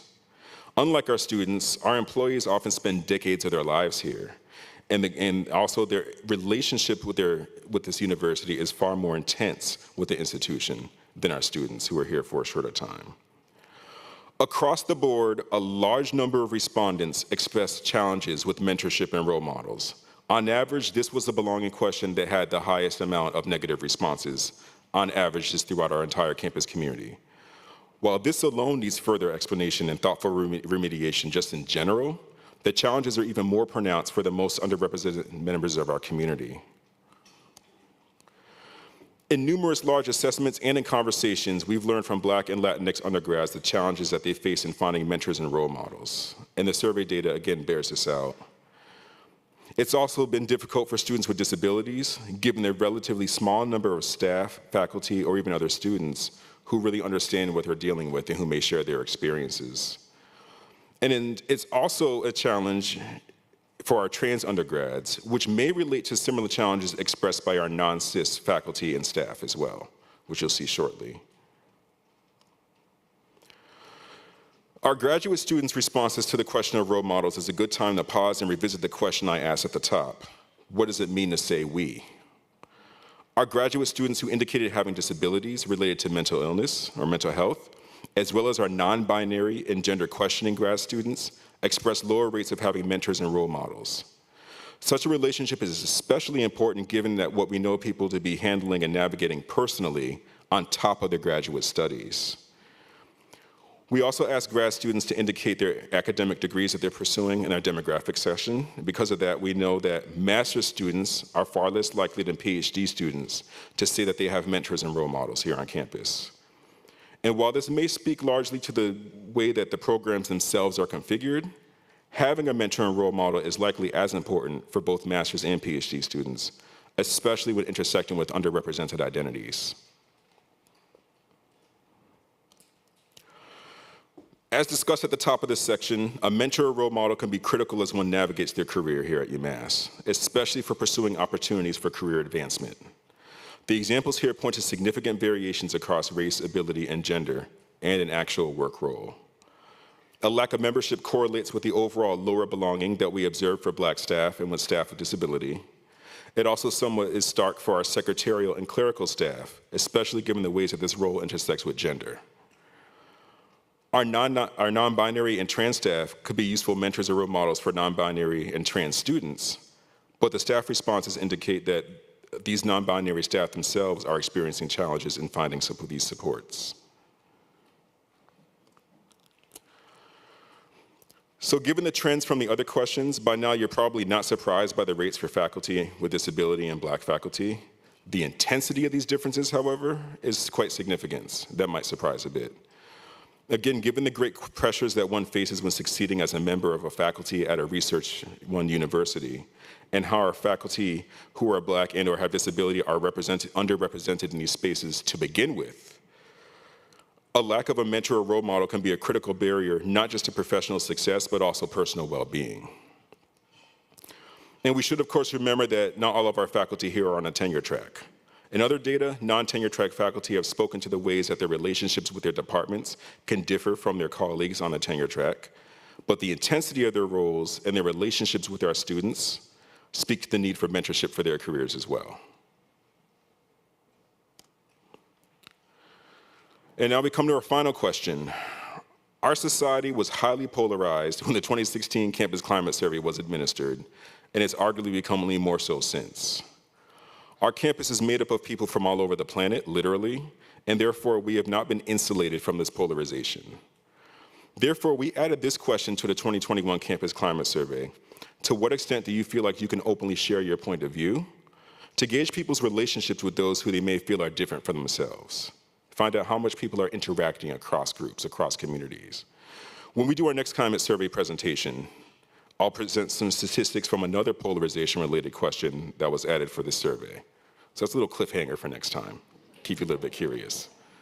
I might be doing one of those each time too, we'll see. We can see the impacts of broader social forces playing out on our campus. Again, this should not be news. The experiences of our students reflects wider social and political trends. Despite the increased emphasis and conversation about equity, racial equity in all corners of society during late 2020 into 2021, and especially on our campus, because we took up those conversations very intentionally and very intensively, our Black undergrads still feel more than other students of other racial backgrounds that they can't openly share their points of view. And when that point of view is advocating for yourself, and that point of view is explaining to other people what your experiences are and have been growing up in this country and being on this campus, that's obviously a concern. The financial impact that the pandemic has had on students and their families has also been profound. Students who work many hours may differ from their colleagues who don't, and numerous factors that we didn't necessarily include in the survey or survey for demographically, but it is clear that they feel somewhat less comfortable sharing their points of view. Students with politically conservative ideologies and students who have served or are serving in the armed forces have always been part of the UMass community, as long as there's been a UMass community. But given the tenor of political discourse in this moment and recently, the starkness of their experiences should probably come as no surprise. And this is probably a good time for me to once again have us all think about what we mean when we say we. Who's not always included? Who doesn't always feel included in that we? Continue to think about this through an equity-minded frame and how our identities shape our relationship to broader communities. We see some key variations among grad students. It's crucial to consider that not only do our Latinx grads and grads with disability feel underrepresented in their areas, in their departments, they're also finding that they don't feel that they can openly share their points of view. The implications here are profound, again, especially given the need for people to be able to advocate for themselves within our programs, within our systems. especially when their experiences or needs differ from most of their other colleagues in their areas. This is also important for our grads identifying as non-binary, especially given how small this community is in our campus and how challenging it can be to find community across our campus. And as we saw that previously with mentorship. A very small number of our grad respondents in the climate survey are over the age of 35, a distribution that is likely quite similar to the general population of grad students on our campus. With a number of grads feeling that they could share their point of view to a greater extent was slightly higher than average, the same is true for those who reported that they could not share their point of view. Continuing with the need for people from underrepresented backgrounds to be able to advocate for themselves, we see that the challenges persisting for our Latinx and trans staff and staff with disabilities. Earlier, we talked about the challenges that our service and maintenance personnel have faced and have been experiencing prior to and since the pandemic first appeared on our horizon. It's particularly concerning that those staff who report that they experienced long-term furlough feel that they can't openly share their points of view at levels higher than average, especially, again, when considering all the other challenges that we know they're dealing with in their roles, in their work, and probably even in their lives. This is additional evidence for the need for further thoughtful and intentional work to support these colleagues of ours. And finally, we see that the experiences of our Latinx faculty and staff, faculty and our faculty with disability are similar to their colleagues in the staff space and similar to their responses to other questions. The difference remains stark for our non-binary faculty. And perhaps due to their rank in their departments, assistant professors reported feeling the least able to openly share their points of view in their departments. The trend is similar when looking at faculty by age, which again I didn't put up here for the purpose of brevity, with our faculty in our oldest age categories feeling the most able to share their points of view, and with the distribution trending downward as the ages trend downward. So these are a sample of the responses to the survey questions, but they paint a picture of how contextual our experiences can be here at UMass. And depending on your own experiences, the communities that you come from, your relationship to this community, your role, the work that you do here, you may have found this data either really surprising or not at all surprising, or largely probably somewhere in between. We're each situated within these variations that we all saw up here by our experiences, by the many ways that our identities, our positions, and our ranks intersect. Making this a campus where everyone feels like they belong, that's the strategic goal for this institution. And this work is continuous because it has to be continuous. In order to continue to foster inclusion for our current and future personnel, our systems have to change as the times change. People move in and out of this university every year. Students turn over every 4 years, staff, they come on and off a job, faculty as well. I want to return one more time, for now, we'll be doing it in the next presentation, to the equity-minded sense-making framework. What is it about our systems, our processes, and our procedures that has led to these differences in the experiences for people whose identities are not as represented on our campus? What is it about the informal arrangements that we've created and maintained over the years, in which we've come to call normal or the way we've always done it? This is our question as administrators on levels as we work to address these disparities. Our climate survey and other assessments, again, are a key part of this work, regularly checking in with the community, taking the temperature, seeing where we're doing, where are the gaps. What we learn from this survey is going to continue to shape our work for years to come. In my next presentation, for one more little cliffhanger here, we're going to share a little bit more about what we learned, this time about connection and relationships on campus. That presentation and all the other ones will be in webinar format. However, just thinking about belonging here, which is what we've been talking about, as we continue to make sense of this climate survey data, members of OEI have developed an extremely useful and thoughtful toolkit which will help us think more about how these trends affect us on an individual level. So Penn Pritchard, our Education Development Manager, and Alana McCauley, who you've been seeing all day today and yesterday, our Senior Director for Inclusion and Strategic Engagement, are going to come up and tell you more about their work on this toolkit and what you can look forward to this year with that.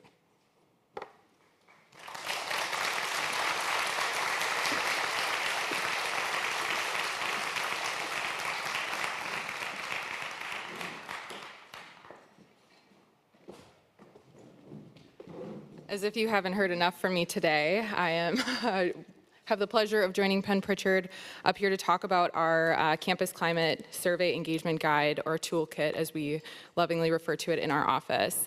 But I would be remiss if I didn't talk about, the fact that we really should be celebrating the 90% of our campus that does feel a strong sense of belonging. And the intention behind talking about the 10% is we would not be doing our jobs appropriately if we didn't talk about the ways in which we can center equity to make those 10% feel that stronger sense of belonging, so that we can really prioritize the work to have that 10% join the 90%. And that's ultimately what we're trying to accomplish here.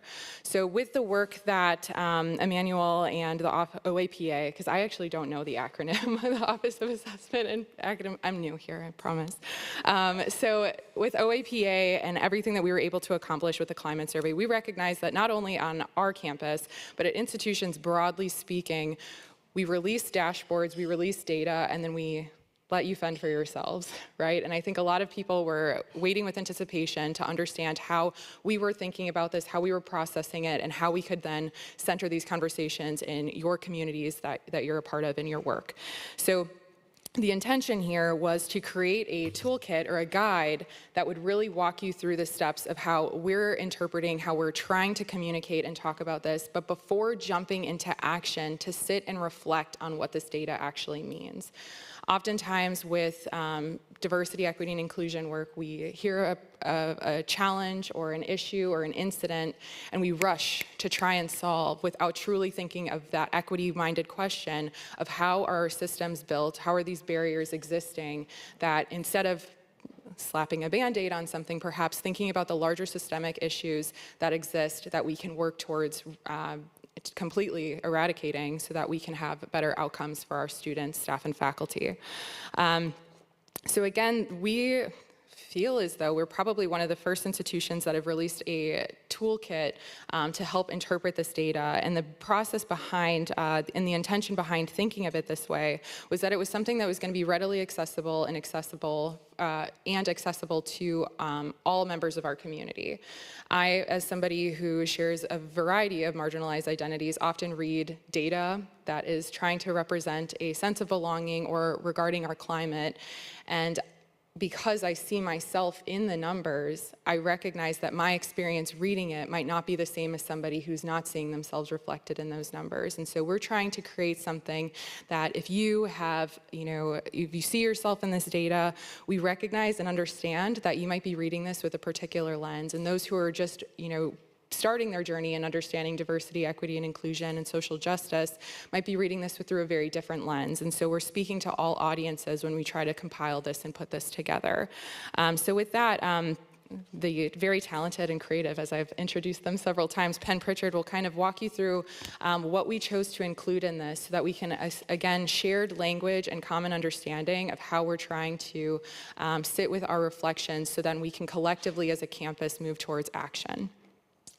Thanks, Elena.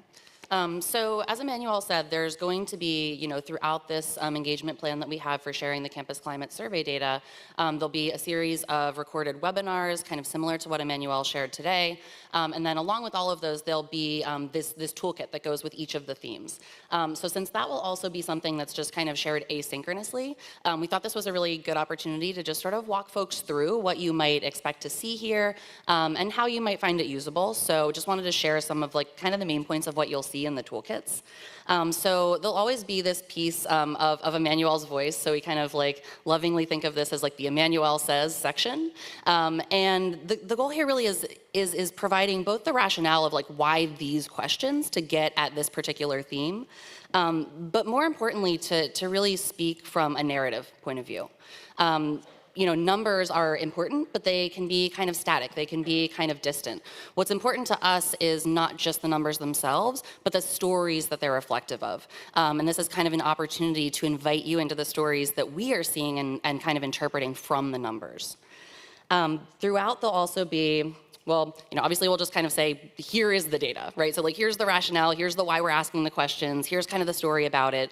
Here's some key points. Obviously, there is incredibly robust dashboards, from OAPA that are amazing, that are incredibly helpful, that absolutely encourage folks to engage with that. We also recognize that not everyone is going to have the capacity to do that with every single theme, to do a deep dive on the data. So really, we're trying to create multiple points of access for all members of the community to have some way that they can sort of meaningfully engage with this data and the climate survey in a way that's like personal and impactful.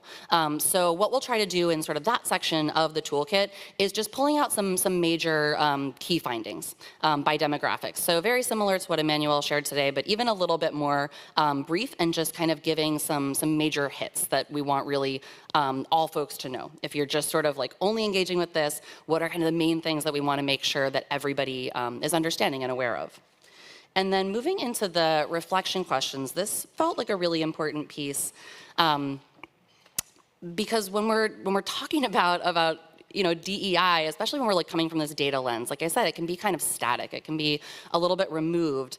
And really the goal here is to recognize that we cannot do this work well, we cannot do it with fidelity without attending to the emotionality of taking the survey, of reading the results, of kind of checking in of how this like feels with us as individuals. So DEI work, I often say like it's hard work, but like it's heart work. And if we don't recognize that, we're really missing a very important piece of engagement. So what we're kind of hoping for here is, as Elena said, that folks can kind of pause. And before we're jumping into like committees and action items and like assessment measures and all of those things, like how are we really taking time to just like check in with ourselves, with our teams, with others, folks that we're in collaboration and community with, and really contending with some things that are important for us to contend with both individually and in a community sense.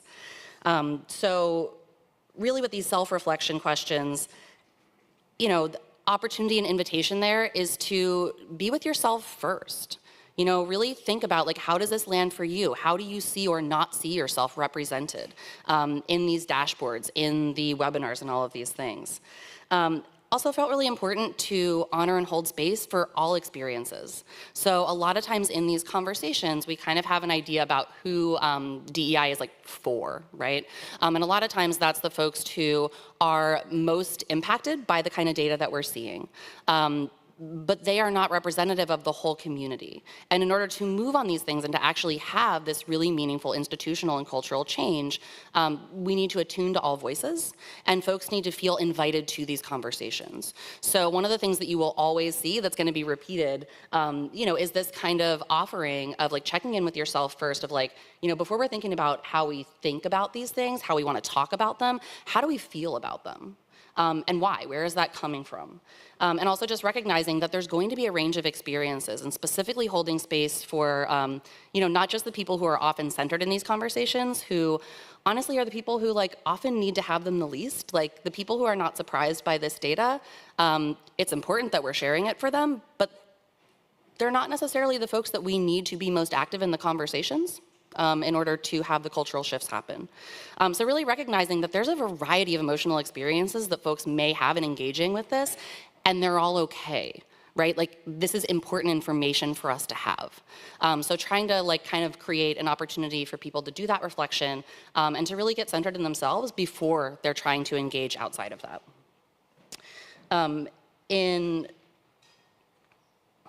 I'll talk about the group one. So then, hopefully, once we've kind of had a chance to check in with ourselves, then there's this opportunity for group reflection. So there are also some questions that are going to take you through that, and it's kind of up to you to figure out like what are the important units to have that with. It might be dyadic conversation with a trusted colleague. It might be a whole conversation with your unit or your department.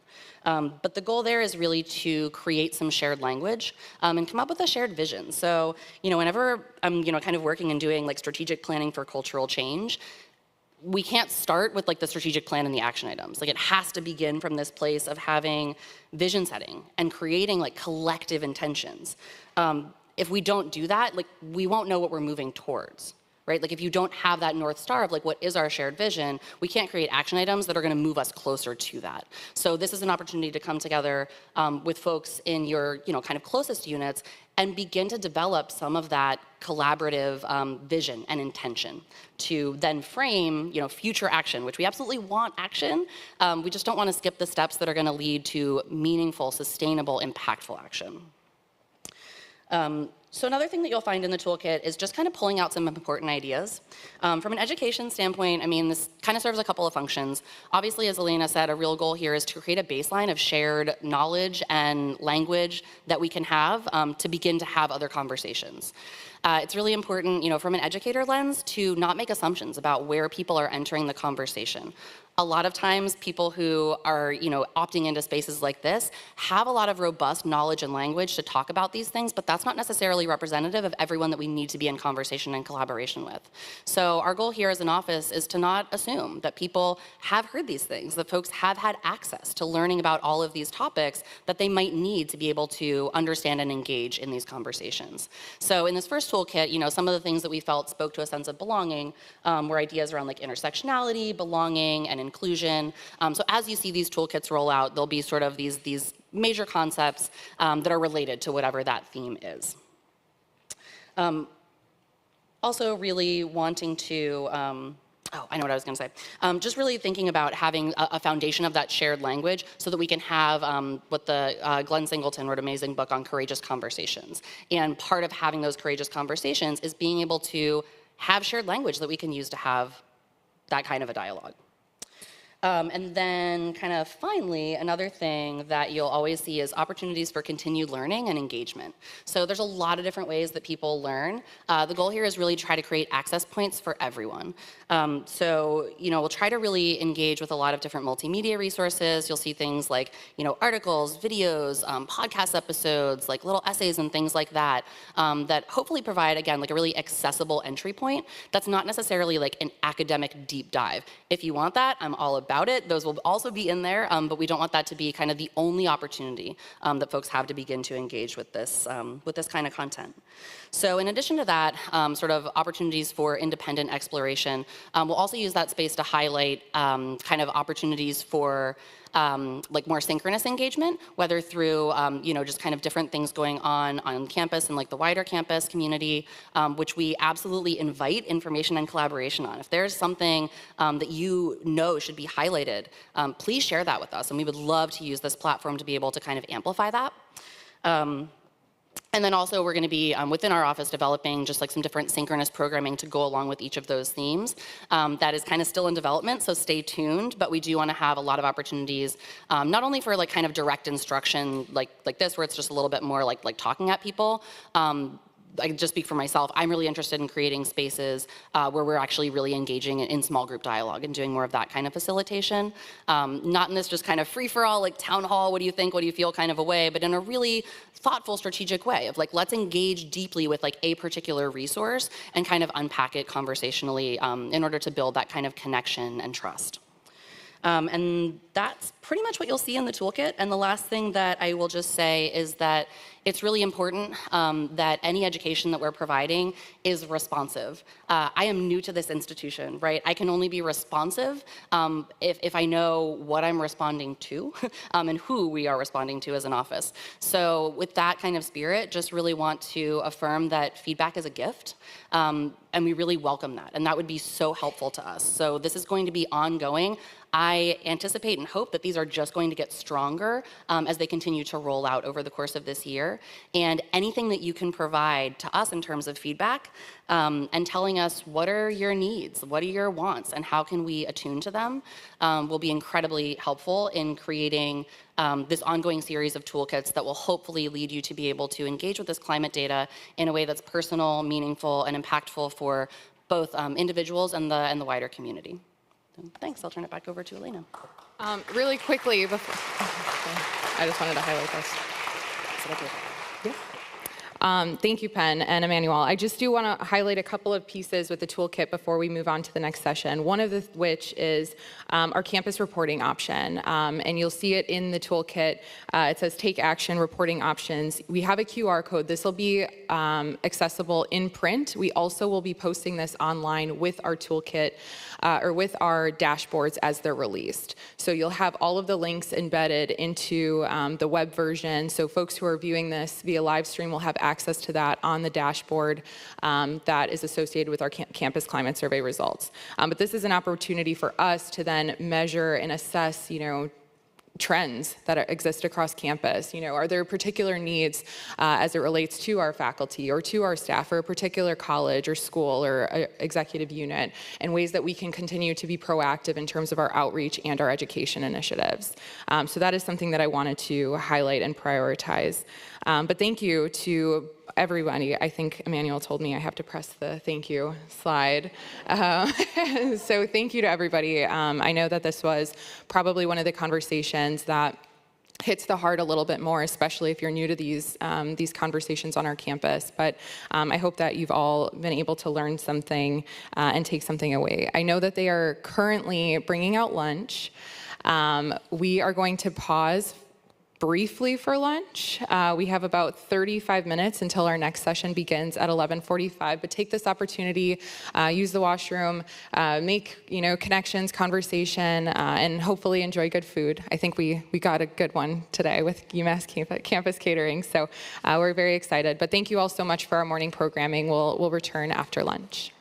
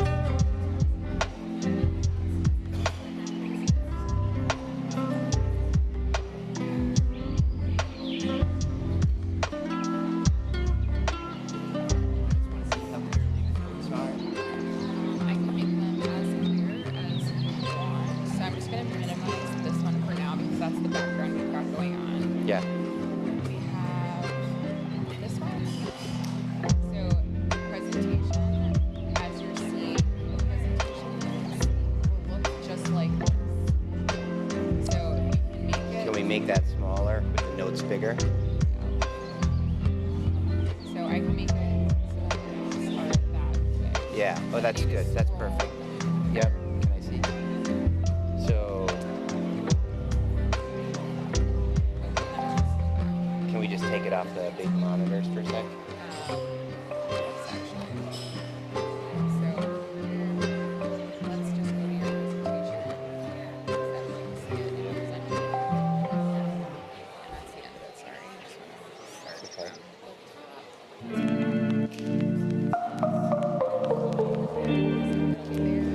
On presenter mode, you'll see what that looks like.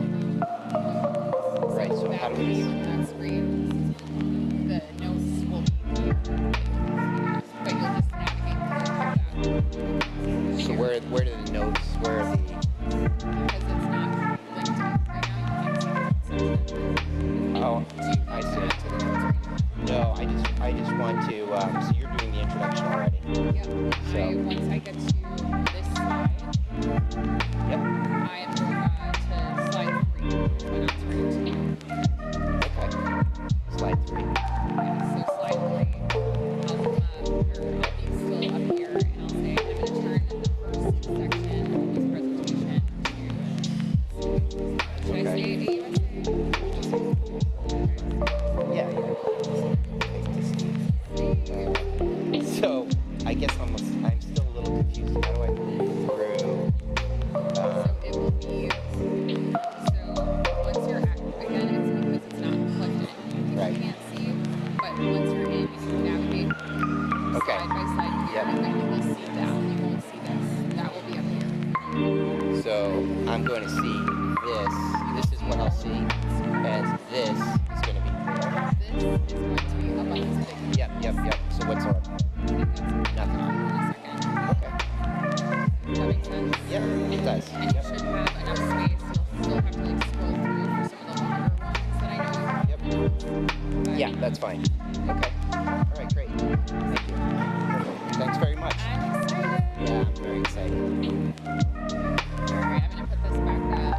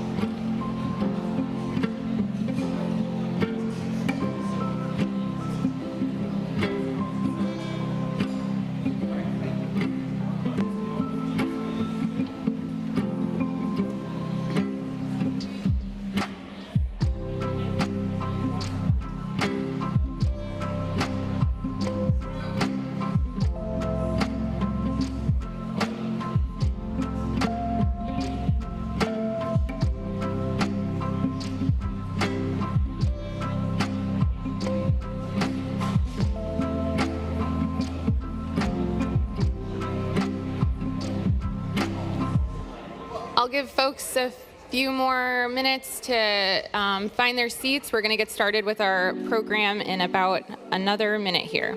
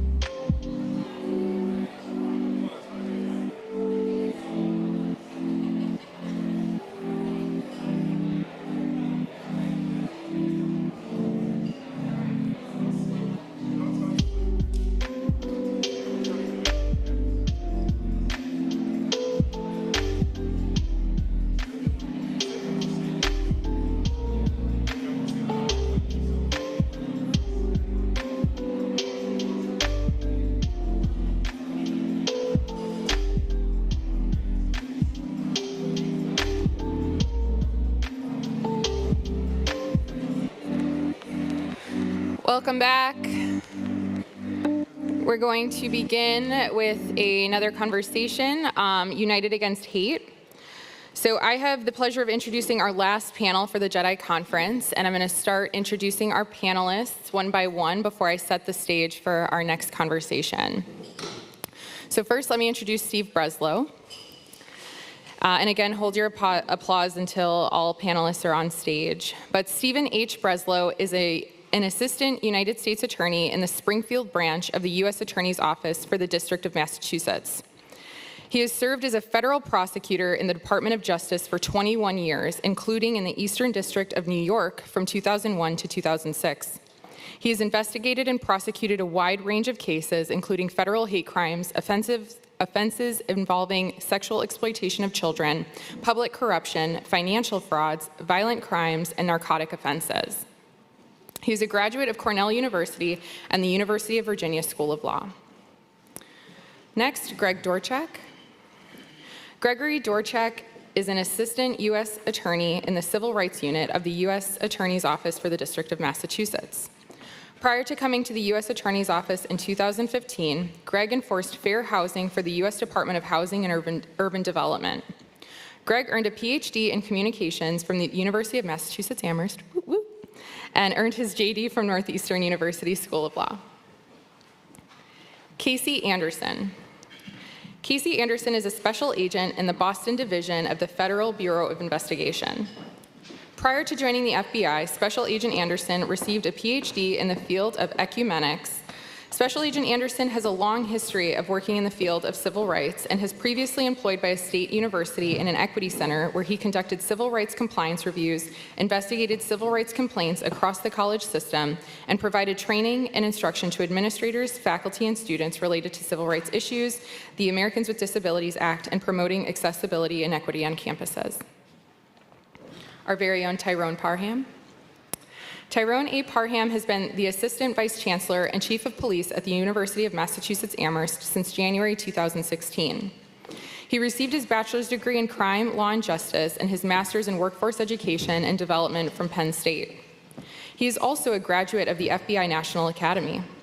In 2008, he participated in the FBI Police Executive Fellowship Program, where he was assigned to the FBI headquarters National Joint Terrorism Task Force and engaged in several nationwide initiatives.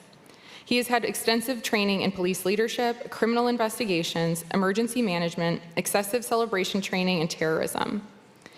He has received numerous awards, including an FBI Joint Investigations Award and Pennsylvania National Guard Meritorious Service Medal in support of Operation Salute, and the Penn State Finance and Business Mentoring Program Service Award. Our last panelist is Mike Russo. Mike Russo graduated from Western New England University School of Law in 2006 and has worked as an assistant district attorney ever since.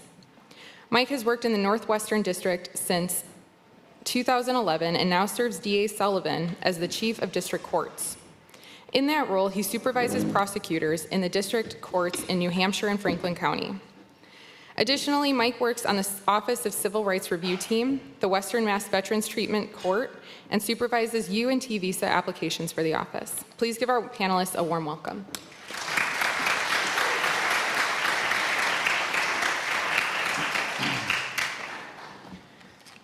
It's important to situate this conversation today, and as yesterday, I think everybody has been very impressed by Penn Pritchard's keynote.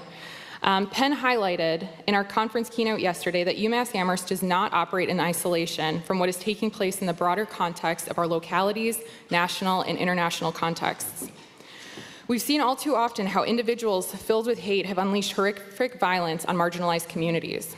For instance, in just the last few years, we've collectively witnessed the horrors from massacres that took place at the Walmart in El Paso, Texas, the Tree of Life Synagogue in Pittsburgh, Pennsylvania, the Mother Emanuel AME Church in Charleston, South Carolina, and the Sikh temple shooting in my home state of Oak Creek, Wisconsin, as well as the attack on civilians during the Unite the Right rally in Charlottesville, Virginia, just to name a few. All of these tragedies left permanent marks on our hearts. There have also been numerous other incidents that did not garner international media attention, but impacted their communities deeply, all the same. There are no walls or moats that exist to stop hate and bias from entering our campus. However, we have a firm commitment to inclusion and belonging, and hate is a threat to those efforts. With this session, we've invited various representatives from key government entities to discuss the importance of reporting bias incidents and incidents of hate. As the presentation begins, many of you will be reminded of the anti-Black racist emails that disrupted our campus last year. There was recently an email sent from our vice chancellors to everyone in our campus community 2 weeks ago that gave a thorough update on that investigation. Our presenters are unable to speak to any ongoing investigation, including the investigation of those emails. However, this panel will discuss bias incidents similar to the one that have plagued our campus community and provide insights on how we can continue to fight hate and cultivate campus community rooted in belonging. So with that being said, I'd like to turn the conversation over to Steve Breslow to take us away.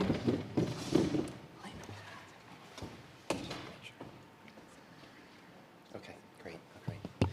I'd like to thank Elena and everyone at UMass for welcoming us today. We really appreciate it. I'd like to thank our law enforcement partners at the FBI, UMass Campus Police, and the Northwestern District Attorney's Office as well. Elena introduced me and gave you a bit of my bio, but she omitted, possibly because she didn't know the most important aspect of my biography, and that is that I am a proud faculty spouse of a professor here, and I want to give a shout out to all the faculty members, all of the staff, all the graduate students who make this place extraordinary. So congratulations to you all for making this just a wonderful place to be. We're going to start by talking about hate crime. and hate incidents and understanding the difference between them. So here's why hate crimes matter. This university is seeking today and yesterday and throughout the year to build a community of dignity and respect, to create a place of belonging. That is not easy. It's not easy when all of us come from different walks of life, wildly different backgrounds. And hate crimes strike at the very heart of what this university is doing. Hate crimes strike at the very heart of what this program is all about. They are intended to fracture community, to divide people, to make people feel unwelcome, to make you feel like you don't belong. And all of us from across law enforcement are here to tell you today, you belong, you are welcome. This is your campus, and we will be doing everything that we can to ensure that if somebody crosses the line and commits a hate crime, they will be investigated and prosecuted. So, what is a hate crime? It's actually pretty simple. It is a combination of two things: a crime, and not necessarily hate, but just simply bias. So it can be a crime like murder, arson, even something as relatively small as vandalism, plus the crime is motivated by bias. In the words of the law, that the crime is because of the actual or perceived membership of any person in a protected class or group. So a hate crime is a crime plus bias. So I'd like us all to look at these 4 photographs. I'm going to ask for some audience participation. And like many of the professors here, if I don't get audience participation, I'm simply going to call on people.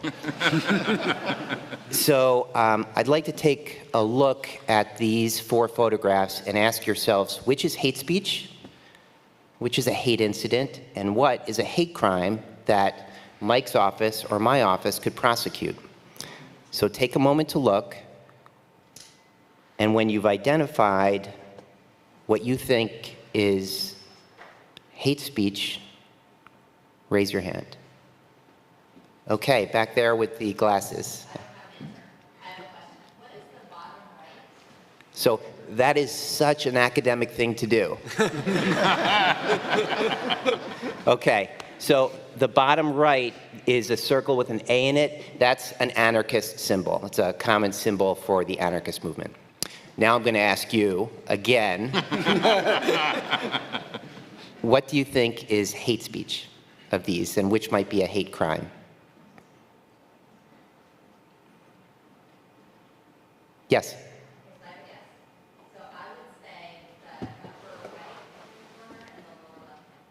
Okay, so the upper right-hand corner is a photograph of an Islamic center with spray paint, basically calling Muslims idol worshipers and telling them to go home.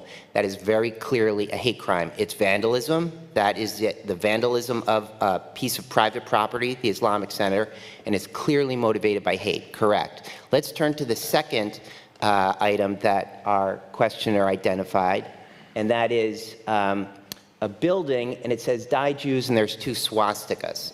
How many people are convinced that this is a hate crime? How many are not? Okay, you raised your hand and you said you're not. Why not? Stand up, and if you can, just speak loudly.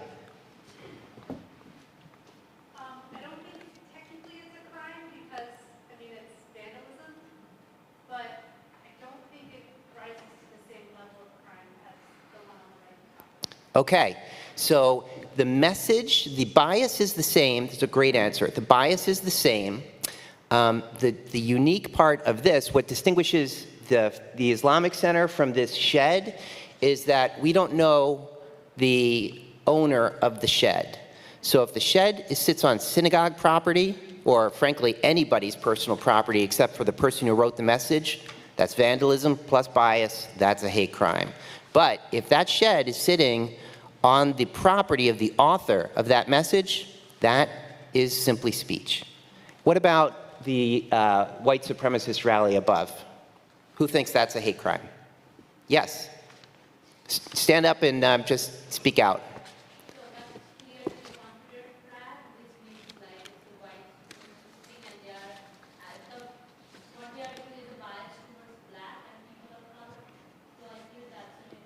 Okay, so you are absolutely right as to the second part of the picture.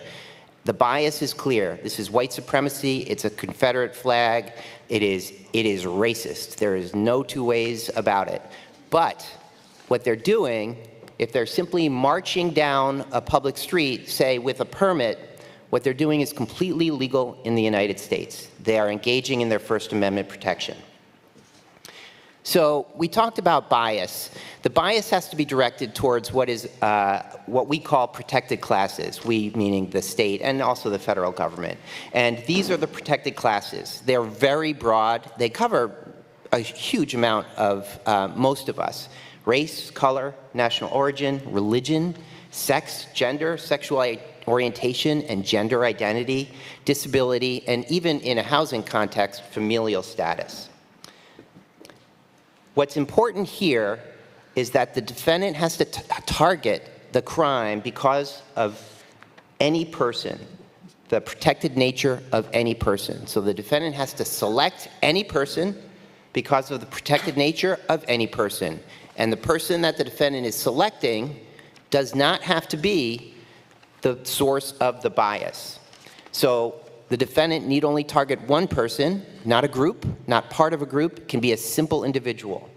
If an individual beats up somebody on campus because of his race, and it's clear that it is because of his race, it's not just an assault, it is a hate crime.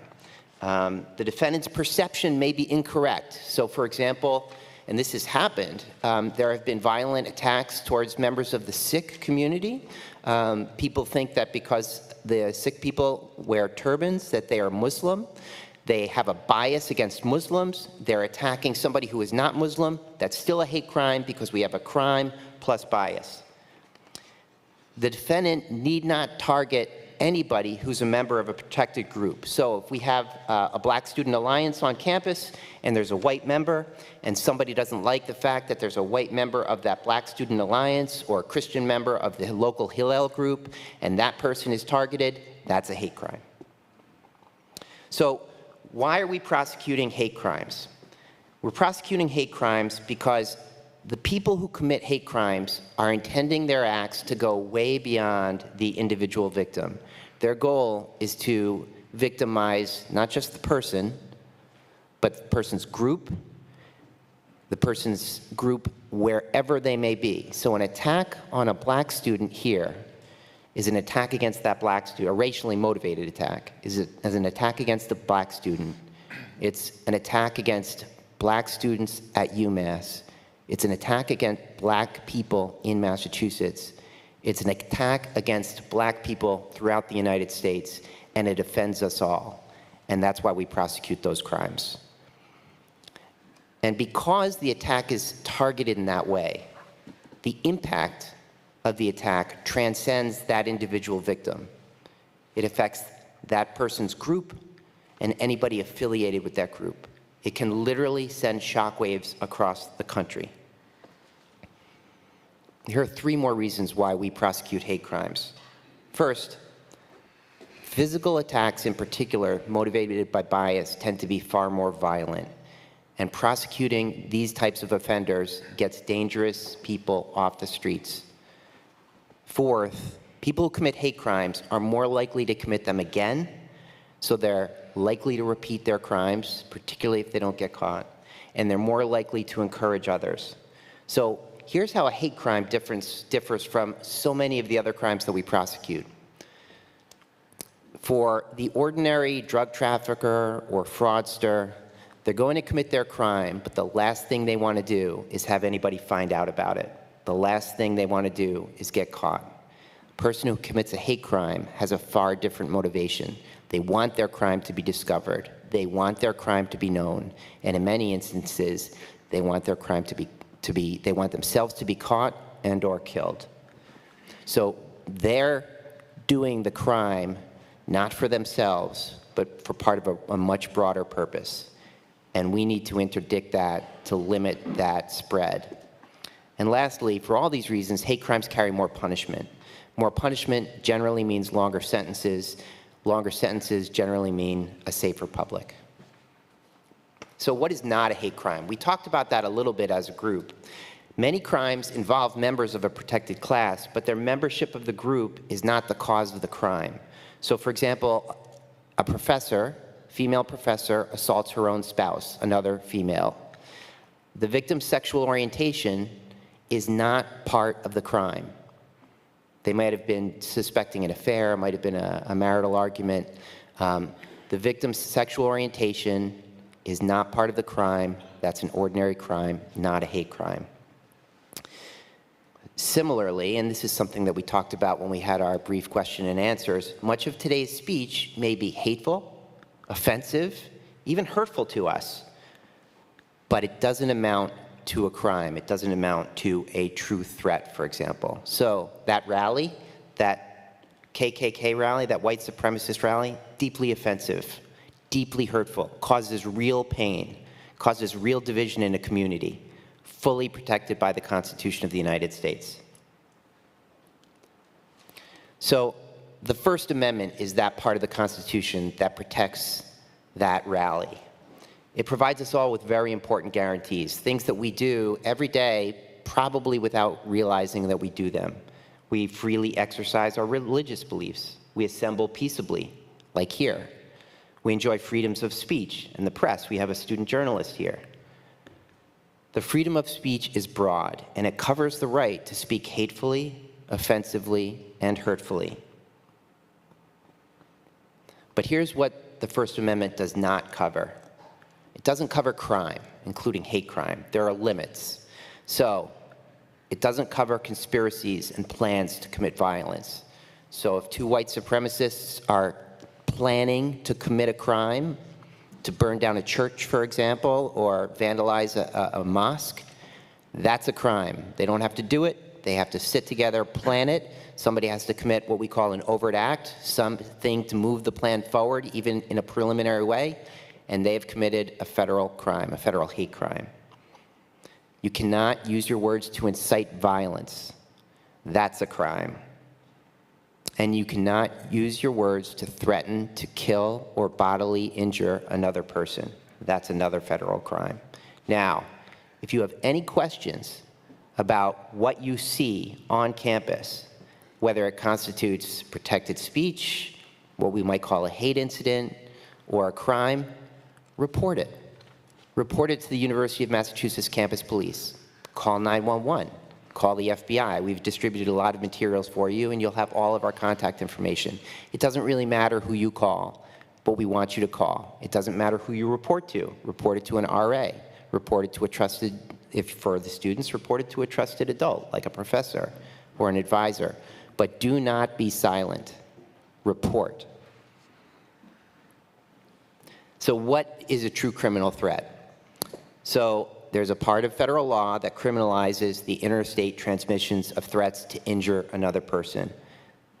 Under this law, the simple communication of the threat by email, phone, cell phone, text message to hurt somebody else, that is a federal crime if it's a true threat. So here, the facts matter. What were the words used? Was the threat conditional, like, I would like to kill you? Or was it specific, I will kill you? Was it targeted to the protected class member? I will kill you, you dirty Jew. And how were the words used? Were they just shouted into the air? Were they posted on an organization's website? Were they sent to an email account? All of these things matter as we, at this table, assess whether what you're reporting to us constitutes a crime. This case, United States versus Jeremy Hansen, is an excellent example of a hate crime. I happen to be the prosecutor of this case, and Casey Anderson of the FBI happens to be the case agent, the investigative agent from the FBI. And just last week, this defendant pled guilty to this threat. I'm not sure if people can read it from far away, so I'm just going to read it aloud. He posted on the Merriam-Webster Incorporated, MWI website, contact us page, this message. I am going to shoot up and bomb your offices for lying and creating false definitions in order to pander to the tranny media. Boys aren't girls, and girls aren't boys. The only good Marxist is a dead Marxist. I will assassinate you, your top editor, you sickening, vile, tranny freaks. That's a crime. It's a crime because it was a direct threat to shoot up and bomb a specific place. It's a crime because it was a direct threat to assassinate a top editor. And it was a crime because the person was clearly motivated by, in this case, Merriam-Webster's definition of boy, girl, male, and female. So there's a clearly stated threat and an obvious and clearly stated motivation. And it's a perfect example of what I was talking about earlier. The person targeted by the hate crime, in this instance, does not have to be LGBTQ. They simply, in this case, were writing about LGBTQ people, and that was enough to trigger this man's ire so badly that he threatened to shoot up, bomb, and assassinate the people at the dictionary company. So the initial questions that I asked you were hate crime, hate speech, hate incident. What do we do? So not all bias-related conduct is a hate crime. Still, we want you to report all bias-related misconduct to law enforcement. Why is that? If it's not a crime, why do we want to hear from you in the first place? Because even if an incident cannot be prosecuted, information about it, your report, can help the people at the table tremendously. And I'll explain why. There's 3 reasons. I'll give 2, and Mike Russo will give the 3rd. Your report may help us discover a person that we don't know about, a person who's already committed other not reported crimes. So take Jeremy Hansen, for example. Let's say he says to somebody just this: the only good Marxist is a dead Marxist. Boys aren't girls, girls aren't boys, you sickening, vile, tranny freaks. It's a clearly bias-motivated communication, but he hasn't yet made the direct threat. We want to know about that. We want to know about that because it's possible, in fact, it's likely that the person who made that threat has made lots of others, possibly others that have crossed over the line into criminal conduct. And for whatever reason, that criminal conduct wasn't reported in the first place. But when we do our investigation, we dive deep, and our investigation will reveal not just what was said to you in your instance of reporting, but what was said to so many other people. And that was exactly what happened in the instance of Jeremy Hansen's case. So that's one reason, because your report may help us discover other crimes. It may help us find somebody who's escalating, somebody who hasn't committed the crimes yet, but who is on the path to do so. So we were at another conference yesterday involving protecting houses of worship, and a pastor spoke about a parishioner who was escalating his conduct. He made a report to a law enforcement agency. There was an investigation, and the conduct completely stopped. So often, it's enough for somebody like Casey Anderson to knock on a subject's door, for that subject to realize, wow, I got to cut this out. This isn't good for me. It's not good for anybody. So your report, even if it's not a crime, can help us intervene and either in a law enforcement way or in a social work way, stop somebody who's been escalating, or both, stop somebody who's been escalating their conduct. Secondly, your report may help us prove bias or identity in a later crime. So for example, this is a report, this was an earlier threat, a threat that preceded the Merriam-Webster threat. You actually penalized a student for using, it was to a university professor. You actually penalized a student for using correct language, grammar. The only cure for your lunacy is a bullet to the brain. Please do the world a favor and kill yourself, you crazed feminazi bitch. So this email, as difficult as it is to read, certainly difficult as it is to get, isn't a crime. If he sends many, it could be a crime of cyberstalking, but this standalone email is terrible, it's hurtful, but it's not a crime. And if it were reported, it would help us establish motive for if there's a later communication or a later act. So for example, if a subject has bias-related emails targeted to, say, African Americans, and then later beats up an African American man on the street, another student, say, and doesn't say anything about why he's assaulting that person, the prosecutors and the investigators are going to have a question about why that offense took place. Was it a street fight? Was it two people, maybe drunk, getting into it? But if our investigation uncovers email after email or other incidents where the subject is clearly engaging in anti-black racist comments, that may help us prove bias, prove a hate crime where we only right now have a crime. And so I'm now pleased, delighted, in fact, to welcome our law enforcement partner from the Northwestern District Attorney's Office, Michael Russo. Thank you. And you guys hear me through here? Okay, great.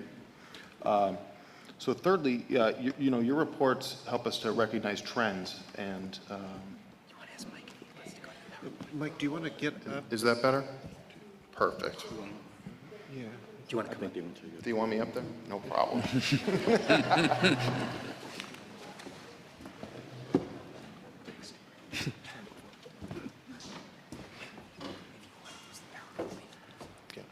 hit that and you'll go on to the slides. Okay. Thanks, Steve. So as I was saying, you know, your reports help us recognize trends, and what that means is we can consolidate individual reports to look for patterns. And as Steve just spoke to, how helpful that is for us to look for things like motivation and bias in unrelated events that over time build up a pattern of what's going on out in the community. They also help us to decide how to place resources. You know, my office has a team of victim witness advocates, and as reports come in, even if it's not yet a charged criminal event, we can assign victim advocate resources to work with the victims of crimes or purported crimes to give them the resources they need and prepare them for what's going to happen next if the case does become a prosecution.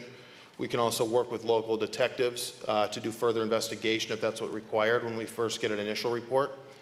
So that's why letting us know early and often about things that are happening allows us to focus our resources where they need to be. And finally, it enables us to report back to the community. Something happens in the community, it's, you know, in your local media, you hear reports of things that have gone on. Ultimately, you guys are going to want answers as to what happened. And, you know, after investigation has concluded, did criminal charges result or did they not result? And why or why not? And so a more complete report, more accurate report of what happened is going to be useful to us as we try to give answers to the community when they're trying to find out what went down with these reports that we read about or reported ourselves.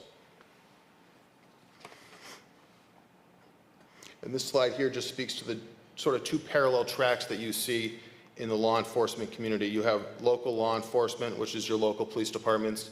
UMass, Amherst Police, all your local towns and cities have their own police departments. And then the federal law enforcement track for the FBI and the federal prosecutors. So we work completely separately, but on parallel tracks. And I'll speak now to the Northwestern District Attorney's role in the state system, and then some of the crimes that we have that relate directly to civil rights violations and hate crimes. So the Northwestern District Attorney's Office assists the police with investigating hate crimes in this region. The Northwestern District covers Hampshire and Franklin County. So we cover the UMass campus with the Amherst and UMass police departments. Our Assistant District Attorney team can assist the police with legal process such as subpoenas, search warrants, ensure any collected evidence will be admissible in court. When we receive a report of a hate crime in my office or hate incidents in my office, they're forwarded to my office's Civil Rights Review team. I sit on as a part of that team, which is a cross-disciplinary team from my office. So we have not just the Assistant District Attorney as a part of that team, but also victim witness advocates, members of the administrative staff, We set up our team this way so that we get a cross-section viewpoint from people that have different backgrounds than just Mike Russo, who grew up in Long Meadow and went to Fairfield and went to law school. We have different people that work directly with the victims that have different backgrounds than I do. People in the administrative staff that don't have a legal background, they have administrative background, but they bring their own unique perspective and a voice in the room and help keep, I think, the attorneys in the room really grounded as to what some of these bias incidents or hate incidents that we hear about in terms of the right response, what the community would expect our response to be. When we're considering whether criminal charges should be prosecuted in court and how to address the impact of crime on the victims in the community, that can take many forms. We can receive a report from a citizen who emails us, somebody at a local high school who gets in contact with us, UMass campus gets in contact with us, reports an incident. And so we assemble a review team and we look through all aspects of what we know about, which is, again, why it's so important to report early and often, because the more information we have, the more we can bring to the table as we're discussing this in our review team. We also then can receive reports directly from the police department. They've investigated crime and they've chosen charges to bring to the local district court to charge someone with a crime. And as we review those police reports, I look at almost every police report that comes through our 4 district courts in our counties. I'm looking for, was there an uncharged hate crime in this fact pattern that I'm reading that we need to seek additional charges? Or is there a charged hate crime and we have fact pattern that leads to additional hate crimes? So all those things happen as part of our civil rights review team process. We also then can assign, as I spoke to, the victims can be assigned a victim witness advocate to assist them through the process. In addition to, as I talked about the police or campus security, UMass police, local police reporting things to us, members of the public can reach out directly to my office to report things that have happened, and that happens all the time for us, whether it's school officials or individual citizens reaching out and reporting an incident that's happened.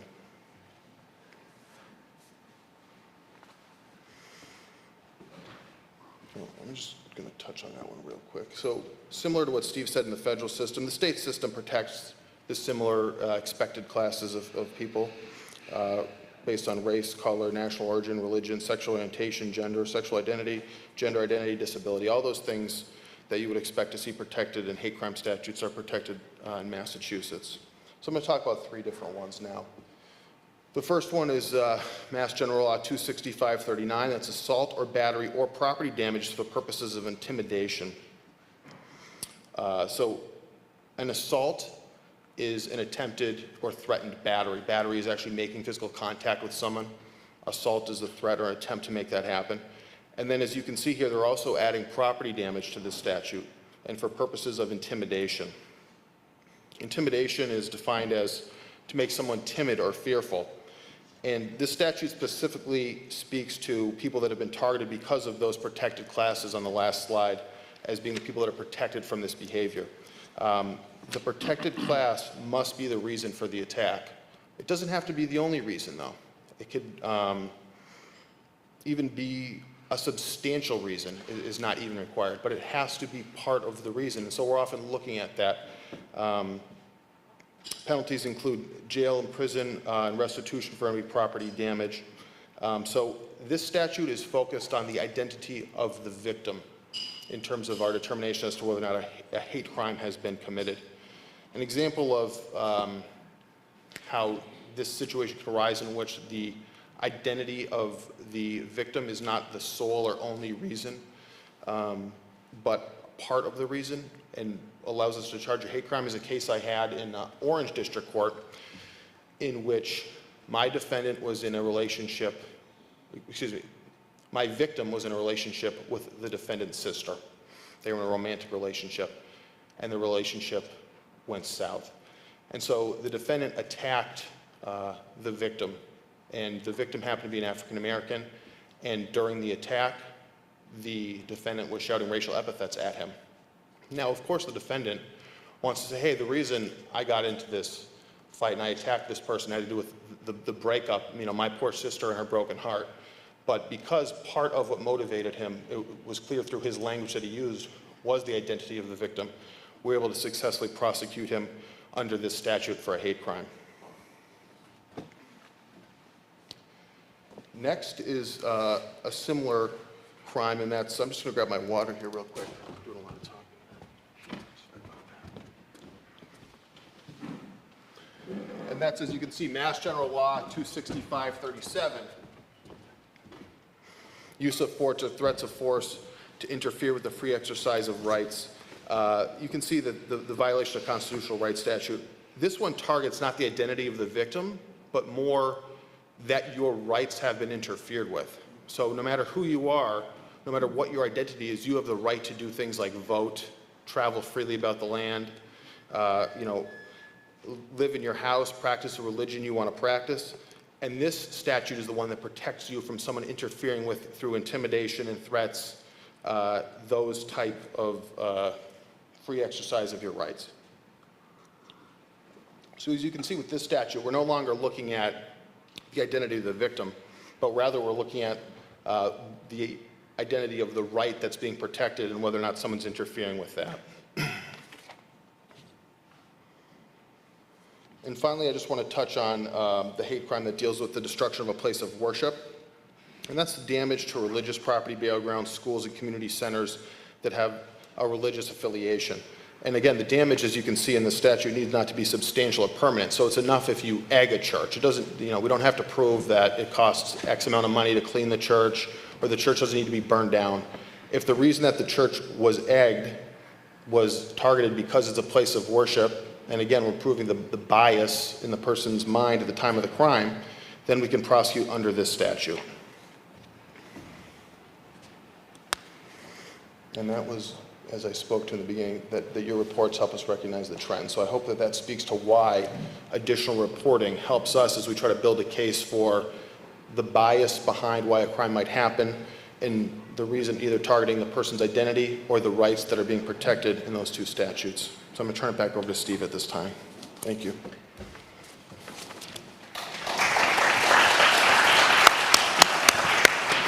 Thank you, Mike, and I'm pleased now to turn the mic over to Assistant U.S. Attorney, to Casey Anderson of the FBI.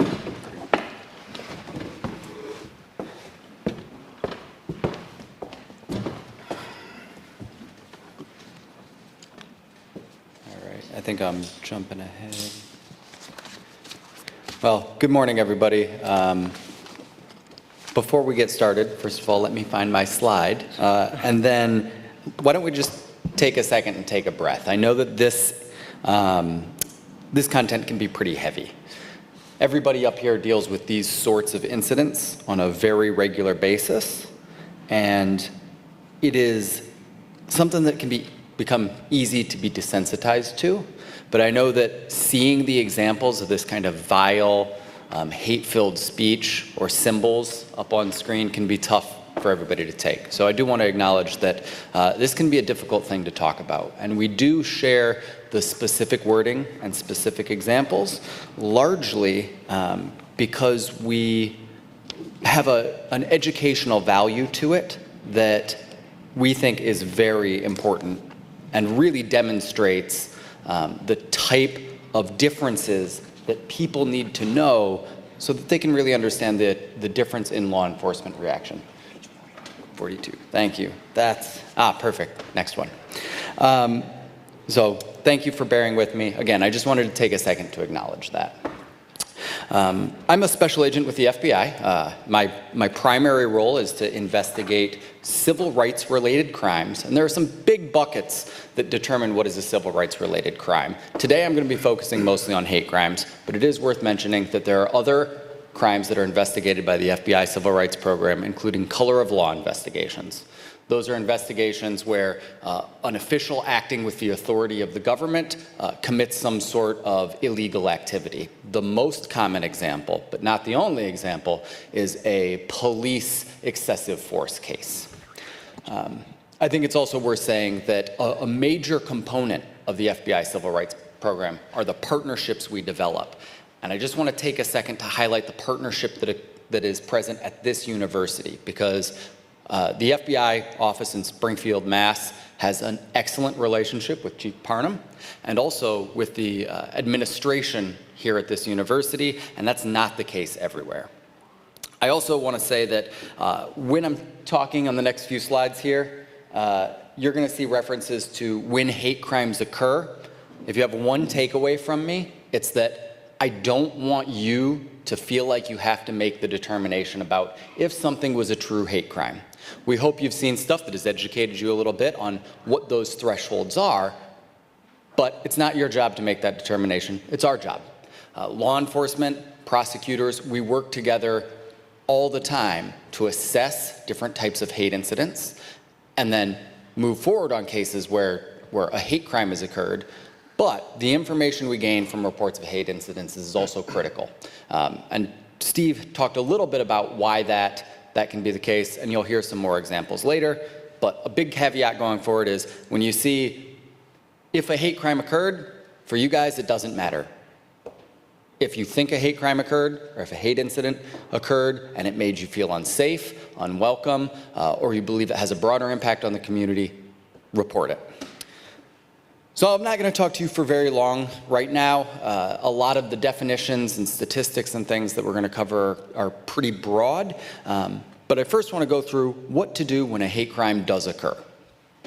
So you can see on the slide here, we've got a few different options. The first is get immediate help, call 911. While I do want to say that you should always report hate crimes, for 911, if you think there's an immediate threat, if you think someone's life is in danger, if you think there's a danger that a person could act further, call 911. Your local police department will always be the fastest responder. I sit in Springfield, and there's only one agent out there who handles civil rights cases exclusively. It'd take me 40 minutes to get out here under lights and sirens on the best day. Your local department can be here in almost always under 3 minutes. So your first step, if there's an immediate danger, call 911. Your next consideration is to report the hate crime to your local law enforcement and then the FBI.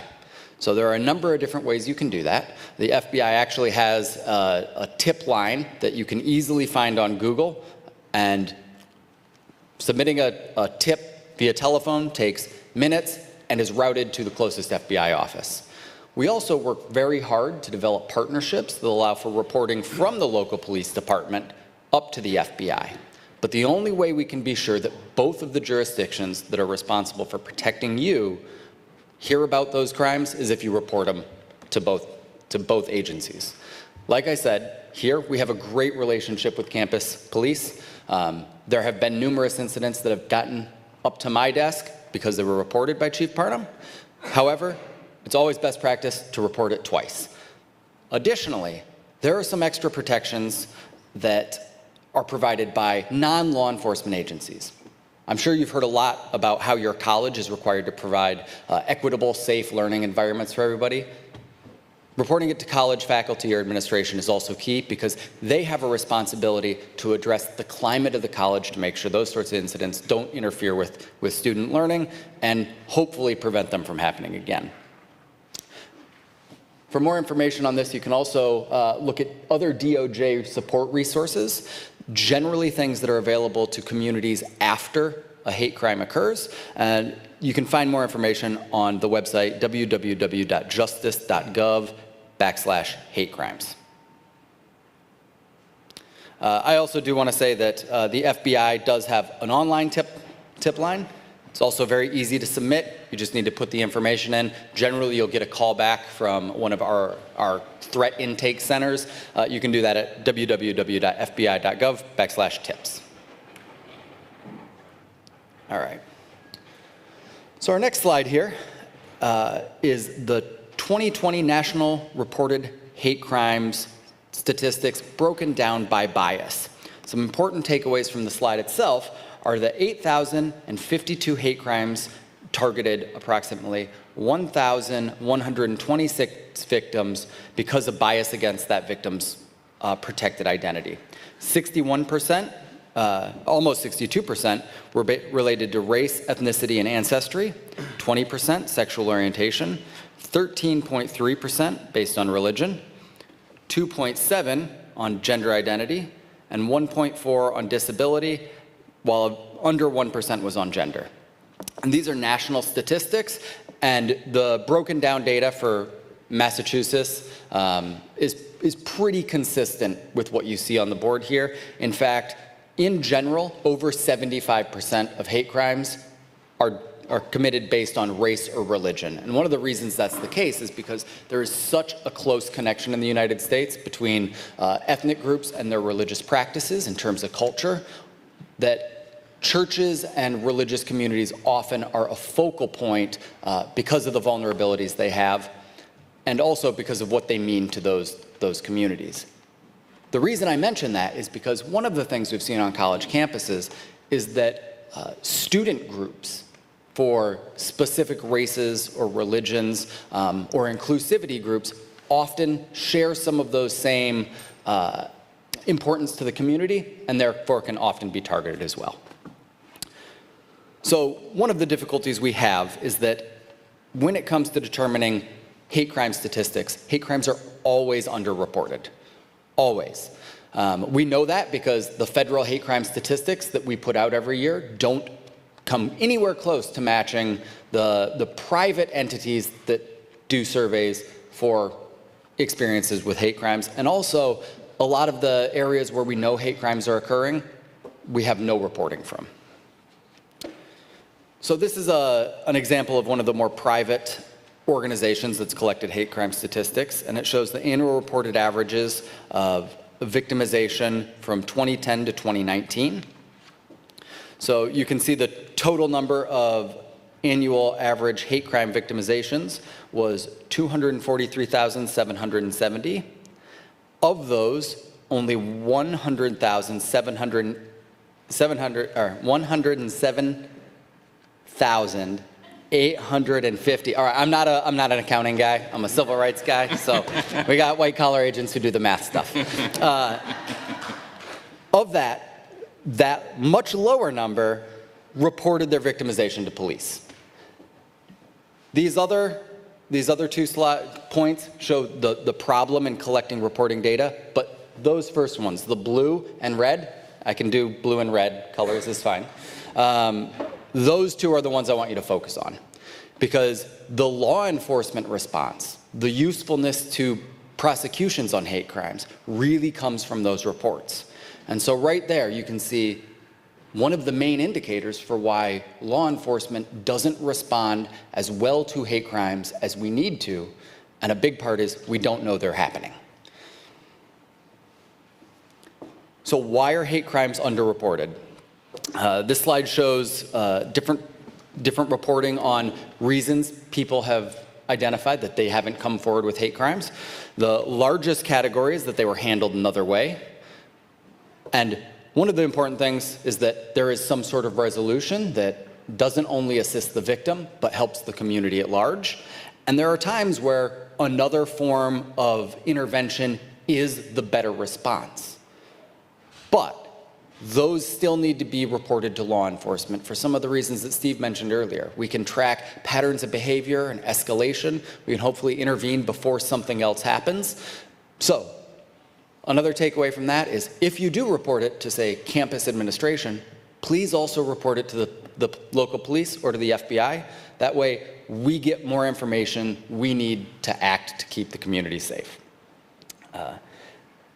There's another example there of police could not or would not do anything to help. That's a valid concern. There are times when the complaint does not rise to the level of a crime.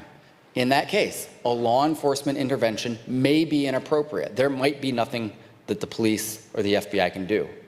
However, that information is still really important to the police or the FBI for the same reasons I've talked about. So please don't worry about what is going to happen. If you think something has occurred, report it. There are a few more here that I'll just touch on briefly. Not important enough. That's not true. It's important. Fear of reprisal. That is a very common occurrence. These type of incidents are designed by people who do nothing but think about how they want to hurt and scare people. They can be very effective. You saw the example of an email that was sent earlier that was not a crime, but is one that I would be shaken as a federal agent if I received.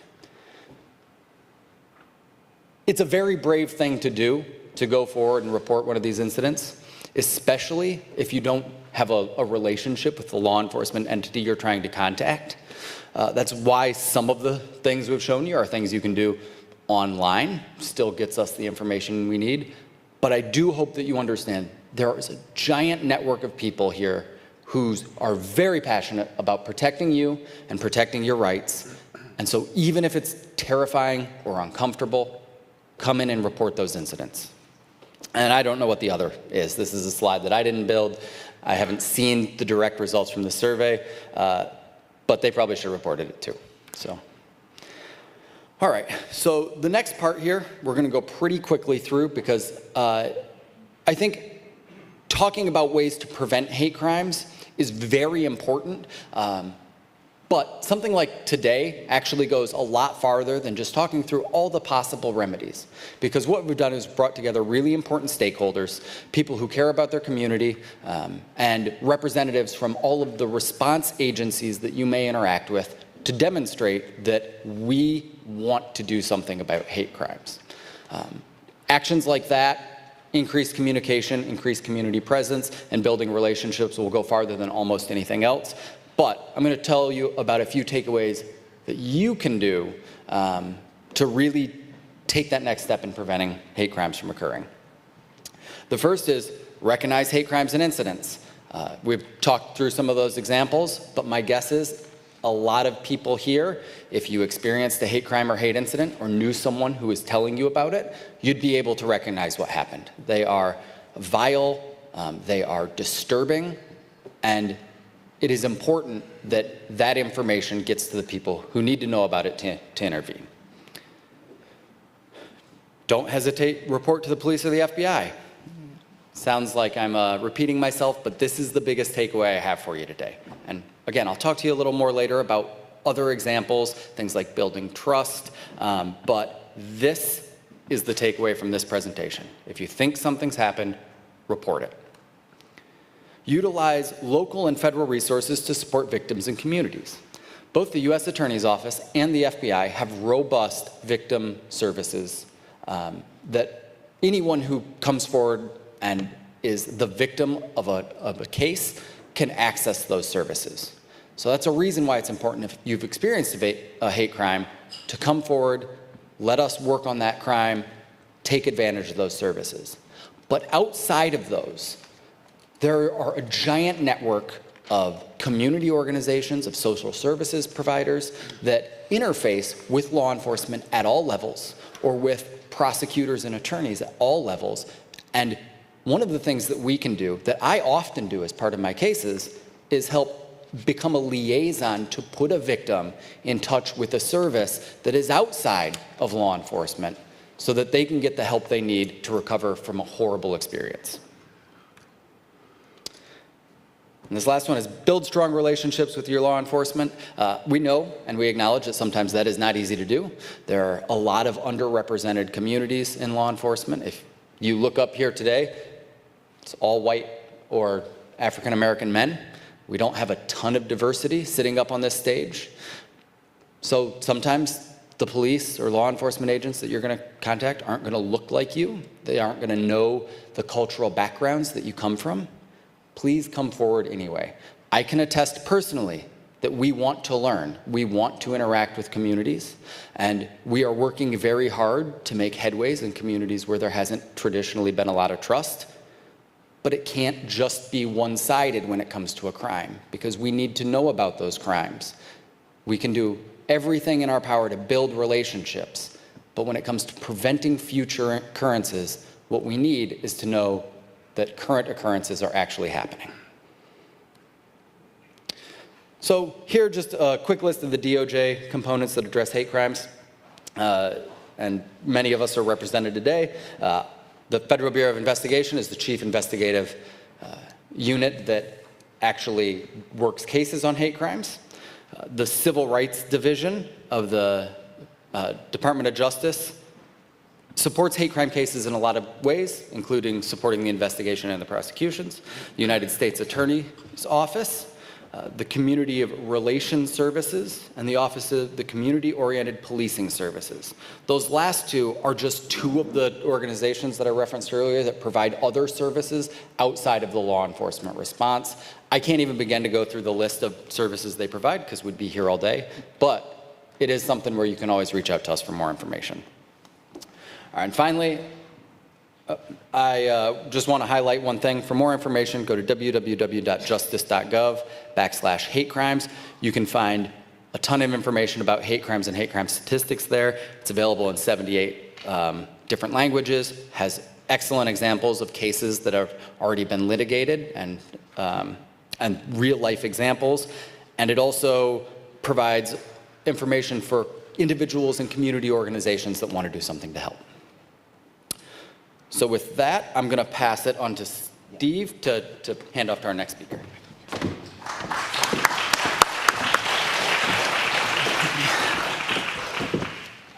Thank you very much, Casey. We're going to call Chief Parham now up.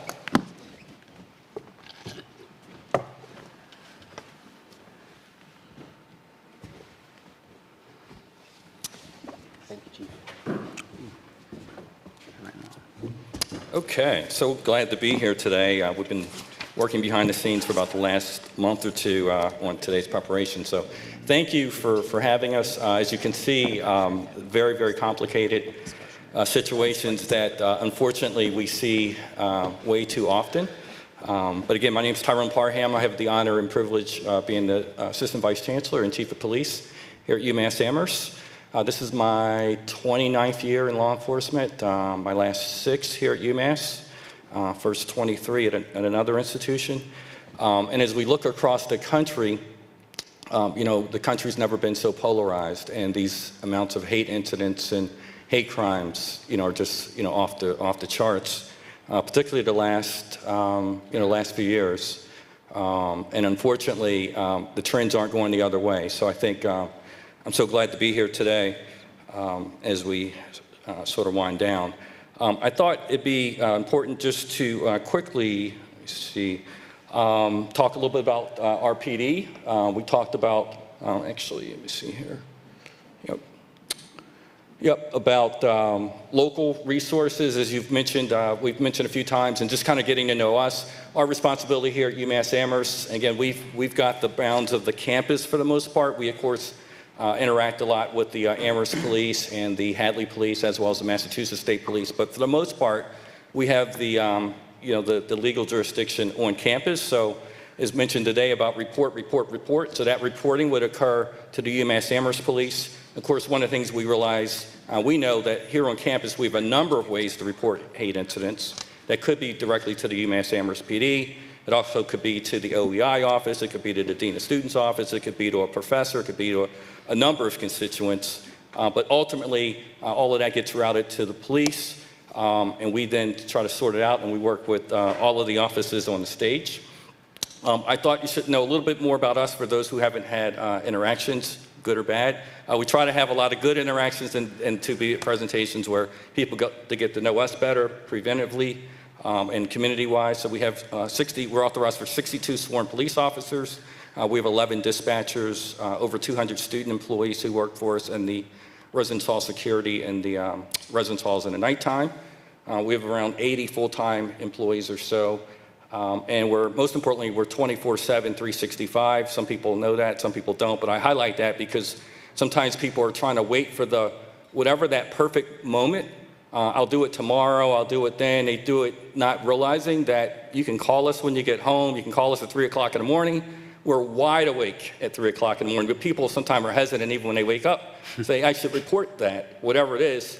Pick up the phone, stop into the police station. We're wide awake at 3 a.m. Maybe not me, but others in my department are wide awake at 3 a.m. And as we mentioned, so I'll just talk a little bit about our role, absolutely report. But before that, I'd say definitely on the preventive end, we really try to be engaged in the community proactively. People get to know us, people get to trust us, and encourage folks to know that we're going to do the right thing and partner with all the entities up on the stage here. And the other thing I like about today's presentation, many times people only see us and they think that we're the ones making all of these really complicated decisions. It's not just us. We don't make up these laws, and there's certainly, the laws have very specific parameters with very narrow scopes. And many times a lot of these hateful, awful things that it's hard to even read, it's hard to even say. Sometimes when I have to type and notify some of the campus partners and some of the other entities, it's really hard to even repeat some of this awfulness that goes on, on our campus, and actually not just our campus, but in society. And I agree absolutely with Casey just said. This is really heavy stuff that unfortunately we deal with, pretty routinely. And I don't want to be desensitized to it either, but unfortunately we're used to it, and I certainly encourage the reporting. And the other thing Casey had mentioned is the importance here, particularly uniqueness about campus, is we have a plethora of campus resources. And so while we not only report, we investigate, but we're aware of all of the campus resources. So particularly whether it be faculty, staff, or students, we are aware of all of those. And the moment any of these happen, all of those resources kick in right away. And of course, we identify responsible parties. As complicated as that first slide was that was put on the screen, I guess I'll throw out an audience question related to that. And that question is, what protected class is the University of Massachusetts? What class, which box do they fall in when it comes to a victimization? Anybody? What class do we? You saw that range of class, whether it be gender identity, religion. Which class does the University of Massachusetts Amherst fall in? Anybody? Go ahead. Yes.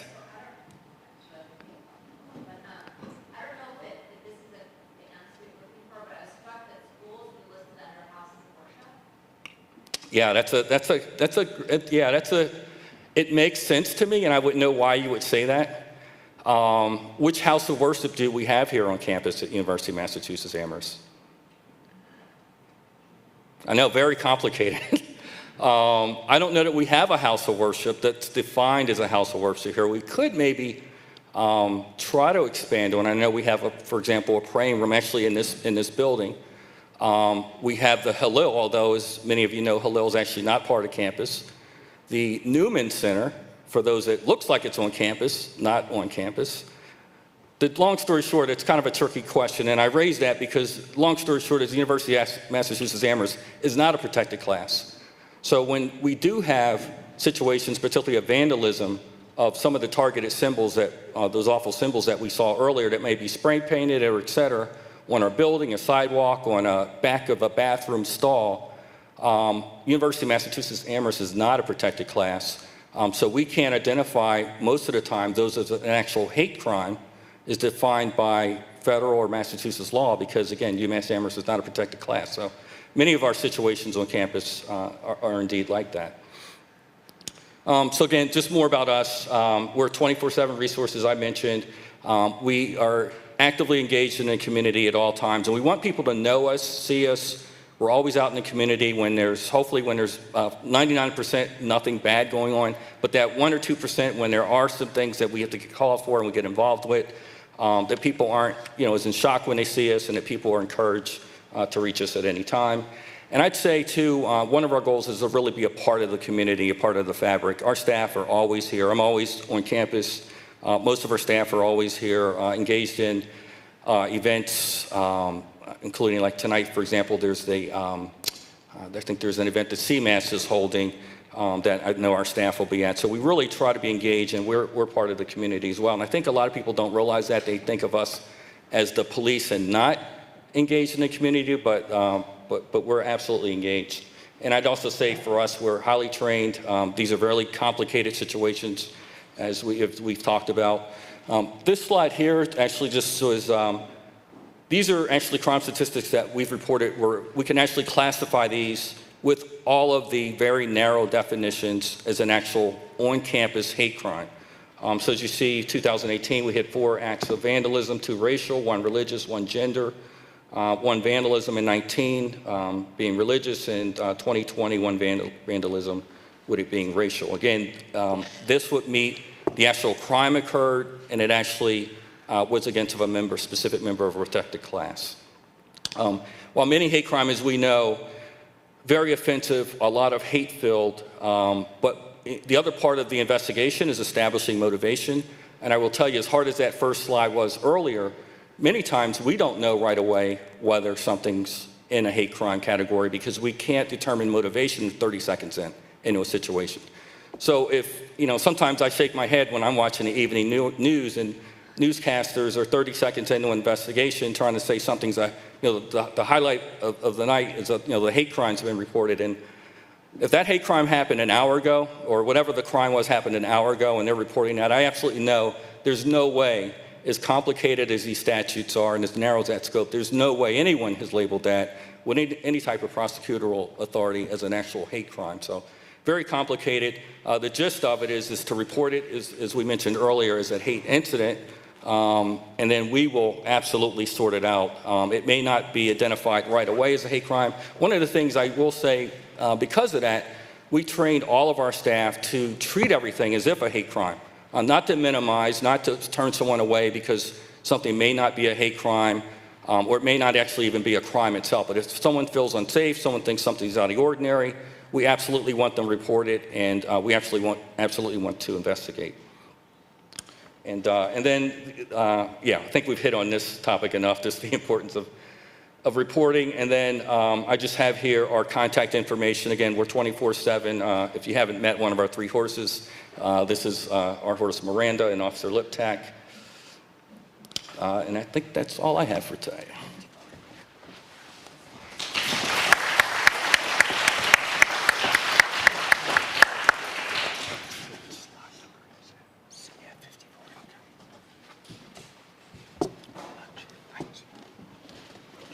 There we go.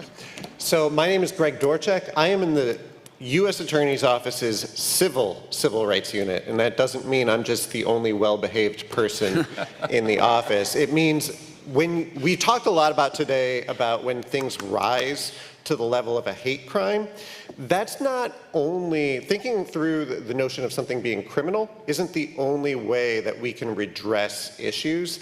And there are a number of civil mechanisms that we have as in the U.S. Attorney's Office, and really that the federal government has at its disposal to try to address issues of bias. And there are 3 main areas that I want to kind of focus on today where we have tools that go beyond criminal statutes that allow us to address issues. The first is going to be in housing discrimination. So the Federal Fair Housing Act, it was passed in 1968. It addresses issues of bias in housing. And a lot of people think that this is only about landlord-tenant relationships. So if a landlord is refusing to rent, if somebody is refusing to sell based on race, based on sex, etc. But it actually extends beyond that. And the Fair Housing Act will get to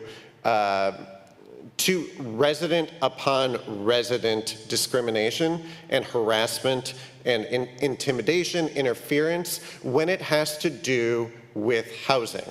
So if you think about a situation, and here's a case where the United States, we filed a lawsuit against an individual, a person who was harassing their black neighbor basically for being black. And this harassment took the form of calling the child welfare agency to make false calls about the person abusing their child, calling the animal welfare organizations in the area to say that this person was abusing their pets, calling the police and saying that the person was a drug dealer and making false police reports. Now, this harassment occurred over a period of time and rose to a level such that we were able to file a lawsuit using the Fair Housing Act in order to, if you think about what Steve and others do, it's put people in jail. What we do is to get injunctive relief. So here the court filed an injunction against this individual so that they were no longer, as part of a court order, allowed to harass, make these calls on this individual. If they were to violate those terms, then they would be in violation of the court order, and they would probably face criminal penalties as a result of that that subsequent violation. But there was also a monetary damages where this individual, this neighbor, had to pay the neighbor that they harassed $15,000 for engaging in that kind of harassment. So if you think about where these issues occur, and if you think about how they occur perhaps in a housing environment, and especially while we're sitting here on campus and we're talking about campus environment, the dorm under the Federal Fair Housing Act is considered to be a dwelling. It is protected by the Federal Fair Housing Act. So when these issues were to occur, if they were to occur in a dorm type housing or off-campus apartments, you would have redress, and us in the U.S. Attorney's Office, even though it doesn't arise to the level of a crime, if we learn about this, if you report this to us, we would be able to go forward and investigate and pursue this under using our civil remedies. The second area is employment. So we talked earlier about the kinds of bias incidents that might happen. It might rise to a level of a crime, but if it falls short of the level of a crime and it's occurring in your place of employment and your employer doesn't try to stop it, then the employer could be liable under the Civil Rights Act of 1964. So our Federal Civil Rights Act addresses employment discrimination, and these kinds of bias incidents can fall under employment discrimination if they're not adequately addressed. So employee-on-employee harassment, if the employer is not adequately addressing it, that is redressable. And then finally, I'll cover education discrimination. So here, this might be incidents that occur within the classroom setting, and if the educational facility and entity knows about this and doesn't take adequate steps to address that kind of harassment, or if the type of action that they take isn't adequate enough, that could fall again under the Civil Rights Act of 1964. Here, our office actually investigated allegations of the Boston Latin School that happened, I believe, in 2016, 2017, where the allegations were that students were facing disparate kind of discipline based on race, that racial incidents might occur in front of teachers and the teachers would just wave it off. That place of education had a duty to try to address these issues, and we found that they did not adequately address these issues. And so we were able to come to a settlement. And when we address our settlement, one of the things that we really tried to look through in all of these areas, whether or not it's housing, education, or employment, we really try to get to the systemic roots of where these places or actions of bias might occur, and to try to change the culture. So whether or not in the Boston Latin School we are trying to address the culture of the situation in places of employment, in places of housing, our remedies go well beyond just using the criminal statutes. So when we're thinking through reporting, it's just one added reason why you're going to want to employ, or why you're going to want to educate and explain and report issues to law enforcement and to others, because by reporting that, more than just the hate crimes can be redressable both by our office, or if not redressable by our office, us in the Civil Rights Unit will make the adequate handoff to the organization or other entity that might try to, might be able to more empowered to address the issues. Now, I wanted to be really quick here because I know that we're running up on time and we have to have time for questions. So I think I'm going to turn over to our final slide. One of the things that I want to make clear is when reporting civil rights issues or reporting issues, you see my email address here.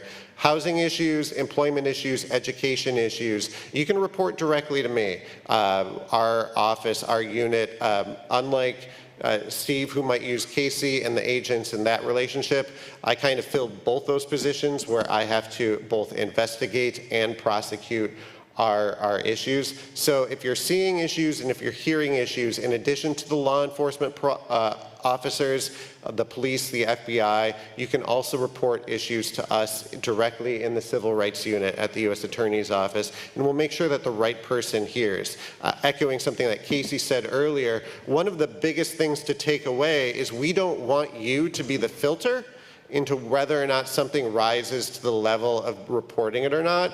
You should report something and let us figure it out on our end. We'll be happy to talk things through with you and to hear more about your situation. We really want to understand your situation, but I think the overall theme is that even if something doesn't necessarily rise to the level of crime, it's ultimately important to report it because of all the reasons that we addressed, whether or not it informs other investigations of criminal matters, whether or not it informs our civil remedies that we're looking at. All of these things we can't do without hearing from you and without hearing your reporting. So I will take that opportunity to take a seat, and I think it's time for questions now. So thank you.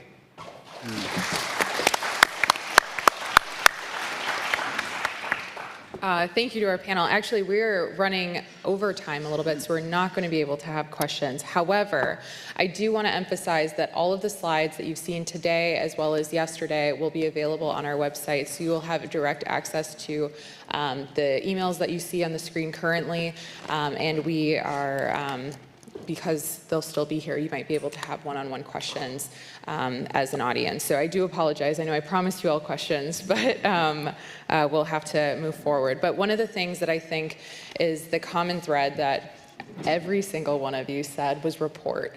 And I think that stands the same way for our on-campus reporting systems as well. And I think that links back to what the resources that we put in the toolkit regarding our climate incident reporting system or incidents of bias. And so we work directly with the individuals and then sort those things out internally as well.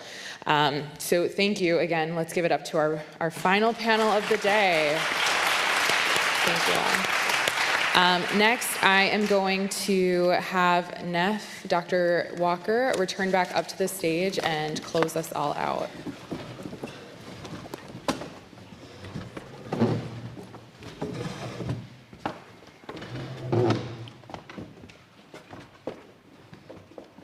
You all are the most resilient, still hanging out here. Thank you for sticking around.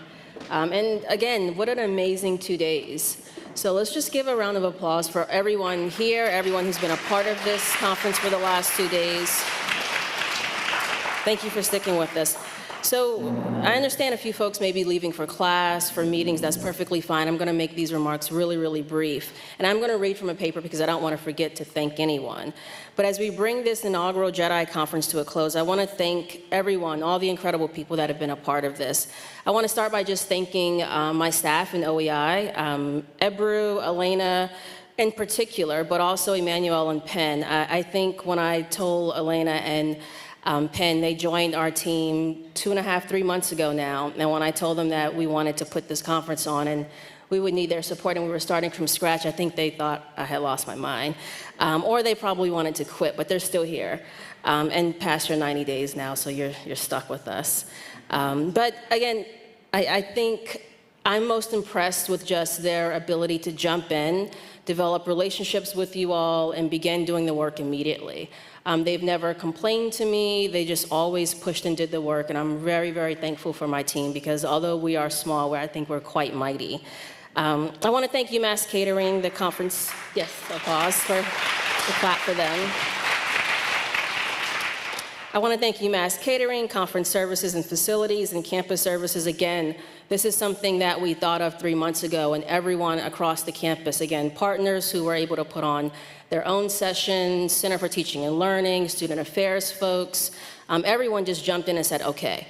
And they became real partners in making sure that this conference was able to happen. So not only our service partners, but also our community partners, thank you all for jumping in and doing all the things we needed to do to make sure that this happens. Sonics, We reached out to them, probably a month ago now, and they somehow had time to fit us in and made time to fit us in so that this event could be live streamed, which was really, really important for accessibility reasons, as well as Partners Interpreting, who managed the live captioning for us, so thank them as well.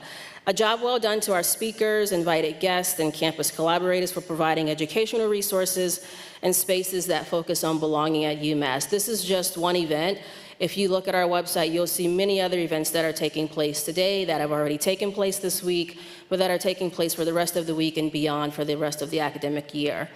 So please make sure you engage with other campus partners and go to their events and support them as well. We hope each one of our attendees is walking away having learned more about the work of inclusion and how we can continue to prioritize this work at UMass. We hope you will take the time to visit the resource fair located outside the hall here in the Cape Cod Lounge, as well as the many other, as I repeated earlier, belonging events that are happening for the rest of the semester. This list of events can be found on our website. We'll make sure that we push it out on social media, but just, again, please do engage, and if you have ideas for events, reach out to us, and we're happy to collaborate. Thank you all for your attention. Thank you all for being here, for your participation, and we really, really do hope you have the best year of your life. Thank you.